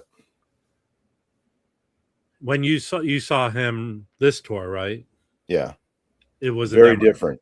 It is. Oh He's yeah, more this tour more is not a political. show you should go see if it's your first time seeing Bruce. He's being very political, right? Very political. You know, that was the problem for me, not to make a comparison with George Carlin.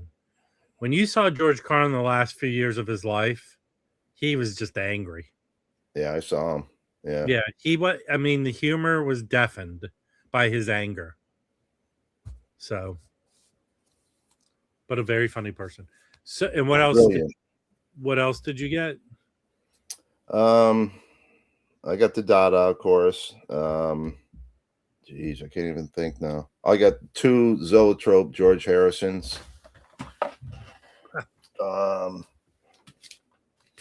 It's Arbor Day Charlie Brown, which was a 10-inch double album. It's Arbor Day and it's got All Stars. Oh, and then I got the Don Cherry is good. That's good. An original of that's like over $200. and then I got this. What was that? Oh, that's the one that his brother-in-law produced. Yeah, Joe Walsh? liquid filled. Joe Walsh produced that, right? Yeah, well, a bunch of people. Joe Walsh. Who else is on here? He did produce it, but there's a bunch of people on it. Eric Clapton, Entwistle. Oh no, I'm sorry. That was a songwriter. Who is it? There's other people on here too. Oh, okay, yeah. Entwistle is on it. Eric Clapton is on it. When that record first came out, it only came out in Canada. It was like between labels. And Germany. What? It came out in Germany. I thought it was in Canada too. No, well, it might have been a Canadian, but I only ever saw. When did that record come out? 83. And they did 500 of these. Yeah. Did you buy his new record? No, I'm going to get it Friday. I didn't pre-order it. I was going to buy it on his website because they're doing randomly inserted autographs if you buy it through the website. Yeah, But by the time you pay shipping and tax and everything, it's almost $50. yeah, there's something like that I'll pick up local. Hey, Jeff was talking about this record, which is not like free jazz Don Cherry. It's more, this is more like a, what would you call it? Like kind of African beat, kind of that kind of style record. It's really good. I think it's just a trio on here, but they sound, Don Cherry's playing multiple instruments. It sounds nice and like a more than just a trio. There was one record on Record Store Day that everybody said sounded like the old 70s R&B. I can't remember what it was though. No, you're not talking about the record my friend put out, the one me and Mazzy says good. It's really good. The chords, what's his Bob name? Brady. Yeah. So it is pretty good. Oh It's yeah, great. yeah. It sounds like Smokey Robinson and the Miracles by a white band. So Omnivore purchased this Baltimore label called Chariot, and they were just a singles label. And in Hey, fact, Angela. Brad told me they're putting out all the singles on like 3 CDs, like all the music. But this was a band that did most songs, and they really caught on with the Northern Soul movement in the UK.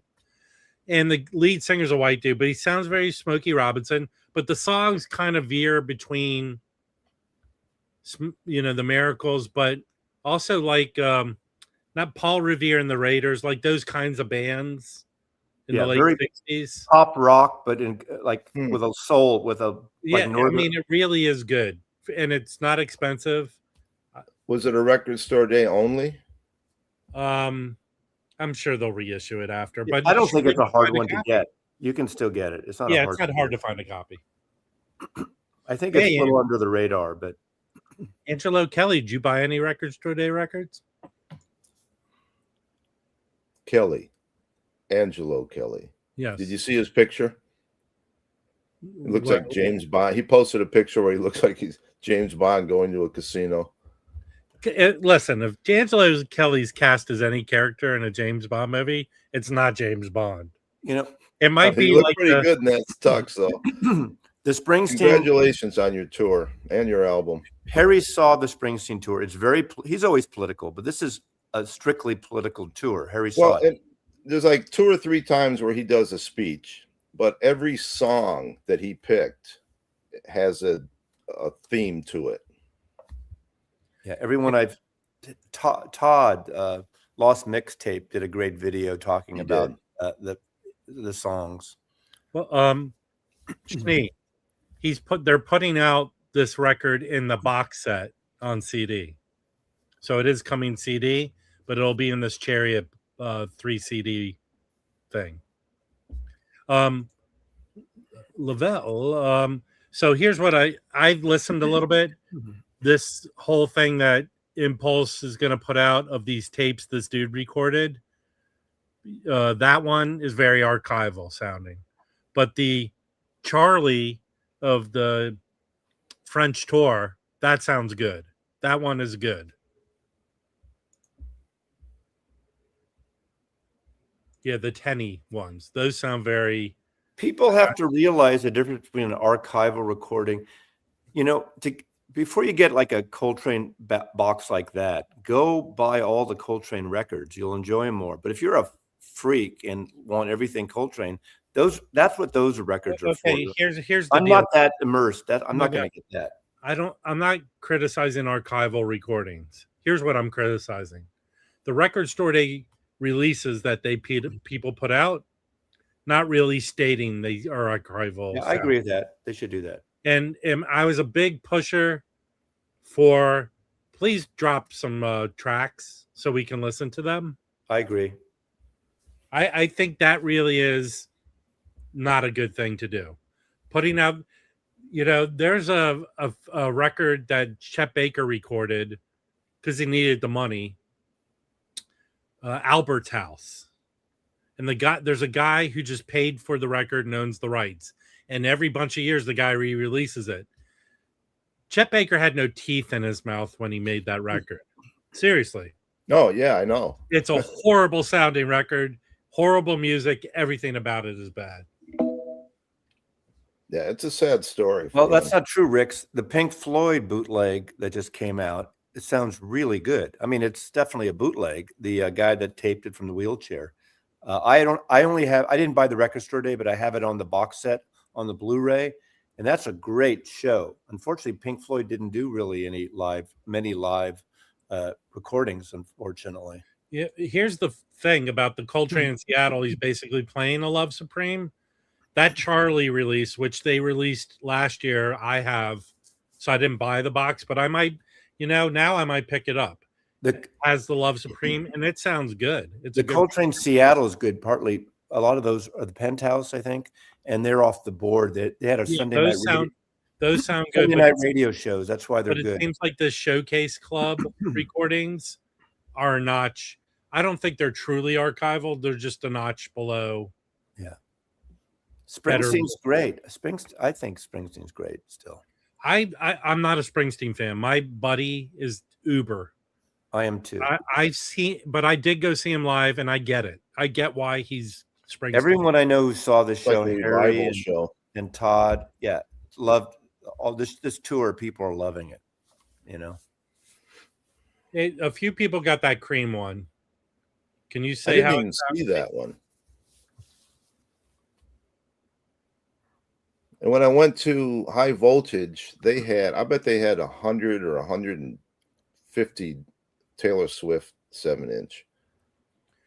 Well, that wasn't the one that goes for money. I thought the Charlie XCX, because they didn't. Yeah, that one I didn't see. Uwe wanted me to pick one of those up for his daughter, and I didn't see it. The Pokemon record is the only one I really see going for money. That's it. I think initially people were trying to get money for the Dada and the Buster Williams, but that Buster Williams is good. I'm happy. The Buster Williams and the Charles Tolliver are the two I really wanted. Everything else I got were just they're good pickups. And if I pick it, like if I heard like at Safari, the Record Store Day records didn't all sell at Coachella. Some, but they put a bunch online and they sold a lot. But I hope some drop into the store in the next week or two. I thought that Record Safari didn't do Record Store Day. They did it for Coachella. Okay. So they had all those records at Coachella. So, but here's a funny thing. People some titles often drop in the store because I guess maybe distributors or people that got promos just drop them. the Roy Hargrove is excellent too. That's one of my favorites of the jazz. Lavelle, you should try and find both of those. Because again, this Charles Tolliver, I recommend for everyone because this is good. It sounds like a late 60s Blue Note record. And this is Paperman. You can find Paperman on Heirs to Freedom. It's the same record. Oh, another one I got was the Tom Petty live. That was pretty good. It's an early one, the early stuff, so I like it. But all his stuff is good. I don't think it was priced right. Which album did Weldon Irvine I really haven't gotten into. What record did he have on Strata East? His original records go for lots of money. That'd be a good documentary about that guy. He killed himself too. Yeah, it's the same record, Delfino. I'm going to sell my copy of Paperman. What's up? Are you talking about yourself, Barry? What if you're feeling? I hope you're feeling better. There was a Paramore Record Store Day record. I saw that was just announced. David Byrne's going on a tour, but it's gonna be the same stuff. Yes, I saw that. The guy from Storage Wars. Well, you guys really miss Jim here, don't you, on these streams? Well, could you talk over us, Harry? Yeah. What do you have to offer, Harry? Come on, really? I know. That's my point. You blew your load on the thing you put on your speakers. It came out on Pure Pleasure. Look. Okay. He is not boring. Okay, your takes are bad today. I'm sorry. David Byrne is far from boring. Rob? Yes. I sent you a text. Shh. Okay. Yes, Mazzy, Harry is looking very handsome this morning. Mazzy, call me for a minute because somebody wants to hear my ringtone. Oh, you know what? Oh, Jesus, really? Everyone. See if anybody can recognize what song this is. Are you getting me taken down? No. Are you playing it? No, I'm waiting for the call to come in. Is this a call? Oh. By the way, Mazzy. Wait a minute. It's coming. Jungle Land. Yeah. Yeah, you're gonna get me taken down. Thank you. We always want to take you down. I've had that would be ringtone for years. Harry's It's final. my favorite Bruce song. Harry, call me. I want to play my ringtone. It's from the lesbian concert last night. Let's see. We try to. Yeah, I know. Isn't it sad, Chance? Oh, hey, you know when I go back to DC and then that scene at the top of the stairs in Georgetown, Yeah. you play that song while you're there. Yes. Your mother so sucks in hell.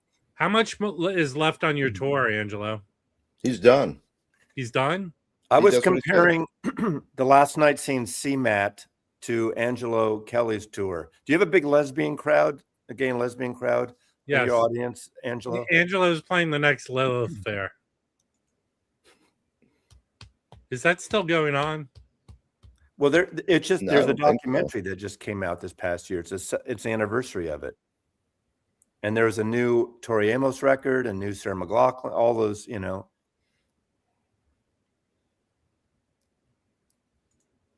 It's a cool thing to go to. Second half of the tour. okay. Well, if you ever want to come up and chat, Angelo, let me know. My favorite Springsteen is Wild the Innocent, the E Street Shuffle. That's a good one. I got to go with Born to Run. That's the first time I saw him. And I saw him Here, my 3 or 4 times in 75 and 76. my favorite Wow. is I'm jealous. everyone's Those are great got a- tours. Everyone's Got a Hungry Heart because he says Baltimore in it. Yeah. But I know that Flo and that Eddie first sing on time, Hungry the first Heart. time at the Paramount in Oakland is probably the best single performer concert band that I've ever seen, aside from like The Last Waltz and those things. If I had to pick one show, that 3 hours plus, I've never seen any performer like that put what he did for 3.5 hours. Yeah. At that time, you know, Well, 1975. even now he's playing for almost 3 hours. Yeah. I don't know how he does it. at his hey, age. Harry, how many songs does Springsteen say Mary in? Oh God. About I don't know. Mary? Who the fuck? Don't ask me how many he starts out with. 1, 2, 1, 2, 3, 4. Or what to about how answer Chance's question? That's called the script cover. Hey, I used to go to Waxy Mac. The big chains in DC were Waxy Maxie's, Penguin Feather, and Camp Mill Records. Those were they were 3 chains in the DC area. Hey Mary Harry, Queen how of many Arkansas is horrible. how many songs does he sing on? Most of them. Right. That's the right answer. But the first Born to Run is called a script cover. I've had 2 of them, Chance. Stupidly, I sold both of them. I wish I still had one. Mary. Is it Mary's Dress Waves or Mary's Dress And Sways? when I was young, I thought it was wait. hold on, Sways. Springsteen sings "Hungry Heart," right? He's the singer on the song, right? Yeah. Yeah, with But they speed it up like a half a step. and Yeah. Flo and Eddie. Flo and Eddie sing the background. No, I understand that, but it's not how he normally sings. Right. Why did he change the way he sang? Well, he sang it normal, but when they recorded it, they sped it up like a half of whatever I don't know. Why So did it's a they do little- that? The screen door I don't know. Just for the Mary's way it dress sounded. waves. Like a vision, she dances across the porch as the radio plays. Oh Roy God! Orbison singing for the only. It's Hey, like that's Carrie. me, I want you only. Don't It's like turn your home karaoke, again. I right? just can't see myself alone again. So I've seen Bruce, I can't remember. It's either 35 or 36 times. Wow. But the songs he wrote that other artists recorded? Yeah, Because the Night for Patti Smith. The Man Fever, Protection. Southside Johnny, The Fever. Man for Man is the Blinded by the Light he did on his first album. And Pointer Sisters. Fire. Fire. Did he write a song for Aretha Franklin? I don't know. He did She did Pink. Did she do Pink Cadillac? Yeah, with Clarence. Maybe, but he recorded that. What's the he produced? Didn't he produce Barry in the U.S. Bonds too? Gary U.S. Bonds, two albums. Him and Little Steven, but they play on that. That's and like then he produced. What's the Runaway guy? Didn't he produce? Eddie Money? No, the Runaway. Run. Del Shannon he produced Del Shannon? No, I don't think so. Who produced that Del Shannon comeback? Ted Petty or someone did? Oh, someone tell me. The 70s comeback for Del Shannon. Some rock and roller produced it. Del Shannon. Who produced it? I don't know. I thought it was Springsteen, but it was Natalie Cole that did the Pink Cadillac. But then Little Stevie, Dion, right? Eddie, it was the Beaver Brown Band, which was a. No, this is the 70s Del Shannon, or maybe it's. Yeah, he was supposed to be in the. They considered him maybe Dave Edmonds. It could be Dave Edmonds. You're right. It's one of those guys. They're all the same. But he didn't specially write songs for other people. They just recorded it. He wrote one song specifically for Donna Summer called "Protection." Yeah, which she recorded. Didn't he write "Because a Night" for Patti Smith, or I don't know? No, he wrote it, and who's the producer? Lenny the Kaye. Drummer. Who? Lenny Kaye? No. Bruce. Max Weinberg? No. Anyways, one of the producers heard it and said, "Hey, Jimmy Iovine." Yeah, Jimmy Iovine, and he presented it to Patti. And then she kind of added lyrics to it, so she gets a co-write on it. Interesting. Okay. Yeah, Robert Gordon did one. Right. Yeah. Those albums by Link Ray and Robert Gordon are great. Those two first albums, especially, excellent records. What's the best Link? Hey, Eddie. Link Ray record? Well, Rumble's the hit song. There's a guy that made a career off of one song. Yeah. What's the song? Rumble. But yeah, what's the one where he kind of looks like an Indian, like a profile? Oh yeah, that's Rumble was the only instrumental song ever banned from some radio stations. Why? It's amazing. It's too sexy or too rock. Drove the kids crazy. Exactly. Seriously. Just like what was in the movie theater in the UK? What was that? Blackboard Jungle? Yeah. What was the song in that? Bill Haley in the comments. What was Rock Around the Clock? Yeah, Rock Around the Clock. They banned that in the UK. I'm rehearsing because Sunday we're recording, the vinyl, the Scottish guy who has the contest. Have you watched any of those videos? And I'm going against the British Buddy trivia thing. Hey, Chris. Hello. You look like you're in a room. We're looking through a window to your room, to your mind. You look very psychedelic. I just went for a walk and noticed, I was listening to the stream. No one talked about this. Oh, I haven't listened to mine yet. I got that. So it's great. It's great. So tell everyone about that album and why it's unique. Which version do you prefer? Right. This has always been the worst 34 Elevators album. They made it when Rocky was a mess, and the label just said, we need to make something. So they put these demo alternate tracks. They added a boxing audience, and they just put it out, and it didn't do too well. And the audience is annoying. And then now, just for Record Store Day, they did this, and it's great. These are really good tracks. And they took the audience off. Yeah. And they took the audience out, and it sounds really nice. So these are lots of tracks. My vague knowledge of the 13th Floor Elevators, especially all the reissues that have ever come out, is they're either like digital or needle drops or whatever, but those are from tapes, right? Supposedly the tapes are lost, so who knows? They say they are, but people say they aren't. Who knows? It sounds fine to me. It's not audiophile for sure, but it definitely sounds good. There are different versions of You're Gonna Miss Me, different versions of Before You Accuse Me. It's nice. If you like Rocky and the 13th Floor Elevators, it's well worth it. It sounds great, for sure. Can you put Alan's comment up there? And what do you think about this, Chris? Someone on Discog said these are not the same tracks on the original versions.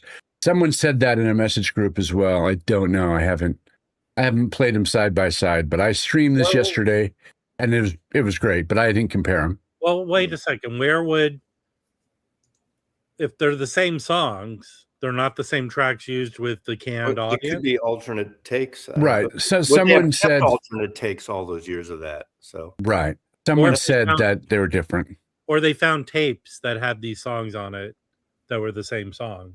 Could be. And just a little different versions, right? Yeah. So no, so this was really good. I'm glad.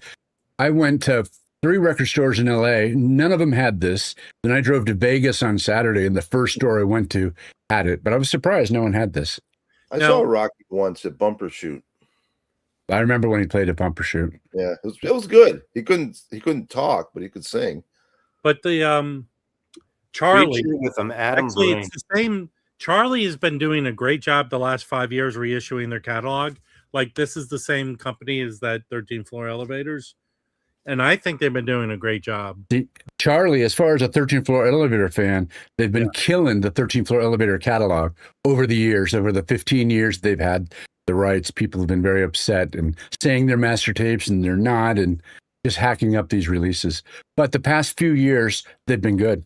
See you, kids. Well, I mean, like the BYG jazz reissues that have been, they started doing them like Tone Poets about 3 or 4 years ago. And it seems like whoever came in to make decisions, everything that's been coming out in the last 4 years has been really good. Because I bought a lot of them. Yeah, I think they've improved. So the other Record Store Day site title was this, and it's a gift from Euphoria, and it's an album I never had. Seeking a Thread Dom did a Acid Archives on it. Never heard it. It's more country psych, and Psyche Derek says there's like 3 good songs. I streamed it this morning on my channel, and there's 6 great songs. I really like this. This kind of reminds me of West Coast Experimental Band Volume 1. Food. It's really good. This came out in '69, and What label got was it on? Jackpot. It came out on the Green Columbia. It came out on Columbia. No, Capitol. Capitol. So that goes along with what I've heard.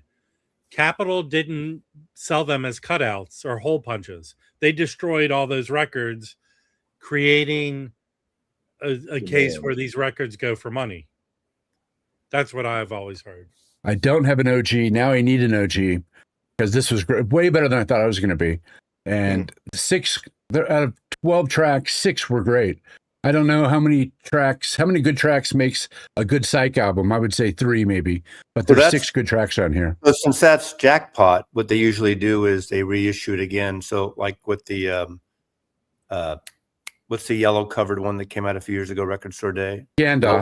Gandalf. They put it out like 6 months or a year later as a regular. So that's Jackpot Records out of Portland. Right. Kevin Gray cut that, I think. He cuts all those. Yeah. It says genre bending country rock psychedelic masterpiece. And I knew of it. Now I need to find an OG. And then the last real psych, besides like Pink Floyd, is the Stock Force Group. I never heard of this until Dom mentioned it. Pre-Blue Oyster Cult. The Blue Oyster Cult guys did this before their first album, and it's psychedelic. It says original and issued 1970 recording by the band that would become Blue Oyster Cult, and it's a lot of psych tendencies in this album. I haven't heard it. I'm going to open it up tomorrow and play it. So these are the 3 top titles I wanted. Produced by, it doesn't have that name. It's a Rhino release. And Eric Bloom. No, I don't think Bloom so. was was a member. Who else is on it? Eric Bloom, Albert Bouchard, Alan Lanier, Donald Roser, and Andrew Winter. So that's Yeah, I before mean, that's before Soft White Underbelly. yeah. Before their first album, yeah. And it was never released. Apparently. So wait, it was never. That's the first release of it. That is what the hype sticker says. First legitimate vinyl release. Dom said he had a bootleg for years, and the bootleg this is way better than the bootleg. So yeah, so it's the first time released. And I think it says it's an exclusive. I don't remember what the exclusive is, if that gets repressed again or not. But I'm looking forward to this I record. think the ones that get repressed are called Record Store Day First. Yeah. Yeah, okay. It was on CD in the early 2000s. Yesterday I went. The day before yesterday, I took Marty from Oregon. He stayed at my house, and took him to Amoeba Records. And so he went and he found like 5 good records that he really had. And I'm sending him all his records to him. And I found Motley Crue, the 1984 Helter Skelter picture disc. But what's good about this is 2 of the tracks have the leather mixes, which is really rare. Livewire and Pieces of Your Action having the leather mix. They kind of dropped that. And recently they've redone them. And I like Motley Crue. How does it sound? It's a picture. Exactly. It probably sounds like crap. So the leather mix is different than the polyester mix. What's the difference? Stay in your own lane there, Mazzy. It's a mix they did as a demo. They sent it out everywhere, and then when they got signed, they redid it. Hey, And Mazzy, are you asking for yourself or for a friend who goes to lesbian concerts? And then Record Safari, he's been crazy with Japanese pressings. So I figured, what the heck, I'll get this. I don't have the Japanese version of it. And I don't have the Japanese version of this. These are first pressings. So I got my Motley Crue fix.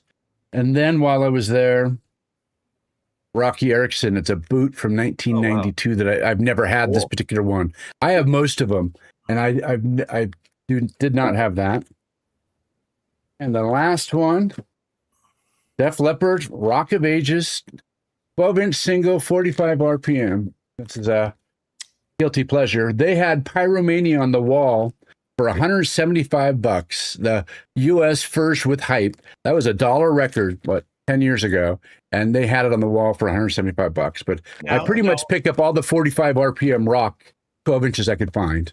Did anyone get the Mark Lanigan Bubblegum, the way he planned it, that album that came out record store? It was on my list. I never saw it. I wouldn't mind getting it. Yeah. Now I'm curious about it. I like that record. Chris, yes, didn't some dude pick you up a record last week? Some dude? What'd you get me? The Nirvana. You're right. I don't have that with me. Yes, you got me a Nirvana. Which Nirvana? It was a 12-inch promo UK. Yeah, which you didn't have. You didn't. I think it was the US version. I had the UK, and you had the US. This was the UK. It was a reverse. Okay, so I didn't have the one that he gave me. Was it a white cover with a hype sticker? That's the Come As You Are with the blue hype sticker. I'm forgetting, actually. It wasn't that. And I sold that one to Esky for her whatnot. She's doing a big 90s whatnot this Sunday with she finds the heat. She really finds good stuff. She also curate or get some collections that she's selling on behalf, sort of for some collectors. She does. I hear she's selling Dizzy's stuff now. I forgot. I do have one Den Bosch find. That's the deal with. You have a I didn't go to Den Bosch, but I got something from Den Bosch. I would consider it a holy grail. So I've collected Rocky Erickson and 13th Floor Elevators for a long time. And in France, they put out EPs with cool pictures and 4 songs. And this went up for auction on the Omni auction, and I grabbed it finally. And I got a really good price for it.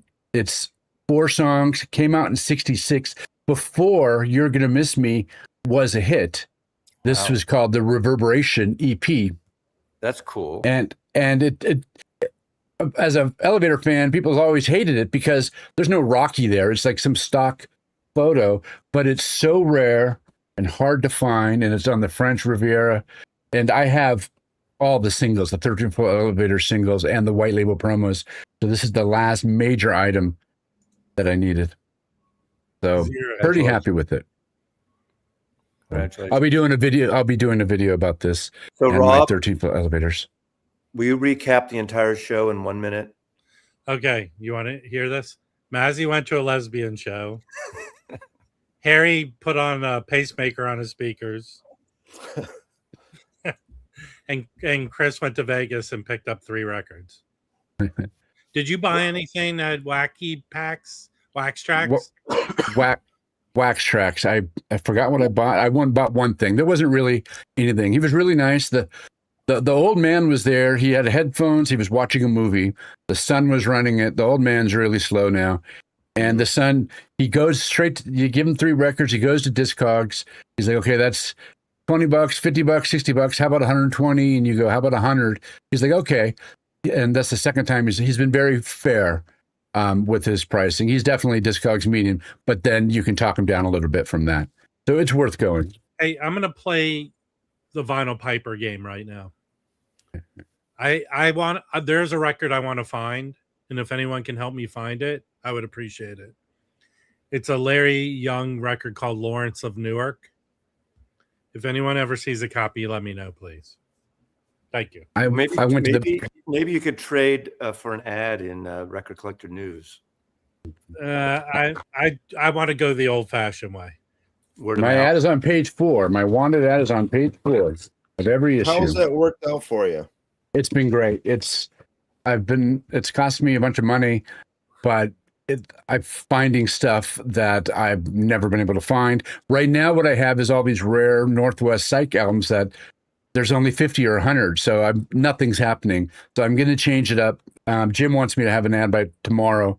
I'm going to change it up with a little more attainable goals because the past few months, there's been really nothing because it's been too hard. But this past year, I probably got a dozen things off that list. So it's definitely been worth it. Yes, Dancing in a Lesbian Bar is a Jonathan Richman song. Mary and Mazzy lived it out, every lyric of it last night. All right. Well, thanks for coming up, Chris. Appreciate it. Thank you. It was nice seeing you yesterday. Oh, yeah. Kimbo did get the album autographed last night. I didn't stay for the autograph session, so. Nice. Yeah. Harry, did you teach Kimbo all your old tricks? Wow. I don't have any old tricks, only new tricks. All right. Thanks for coming up, Harry. Thanks for not storming off in a huff. And I appreciate Mazzy not talking over you. Ciao. Everyone, have a great weekend, and we'll see you Tuesday. Bye. Later, Gator.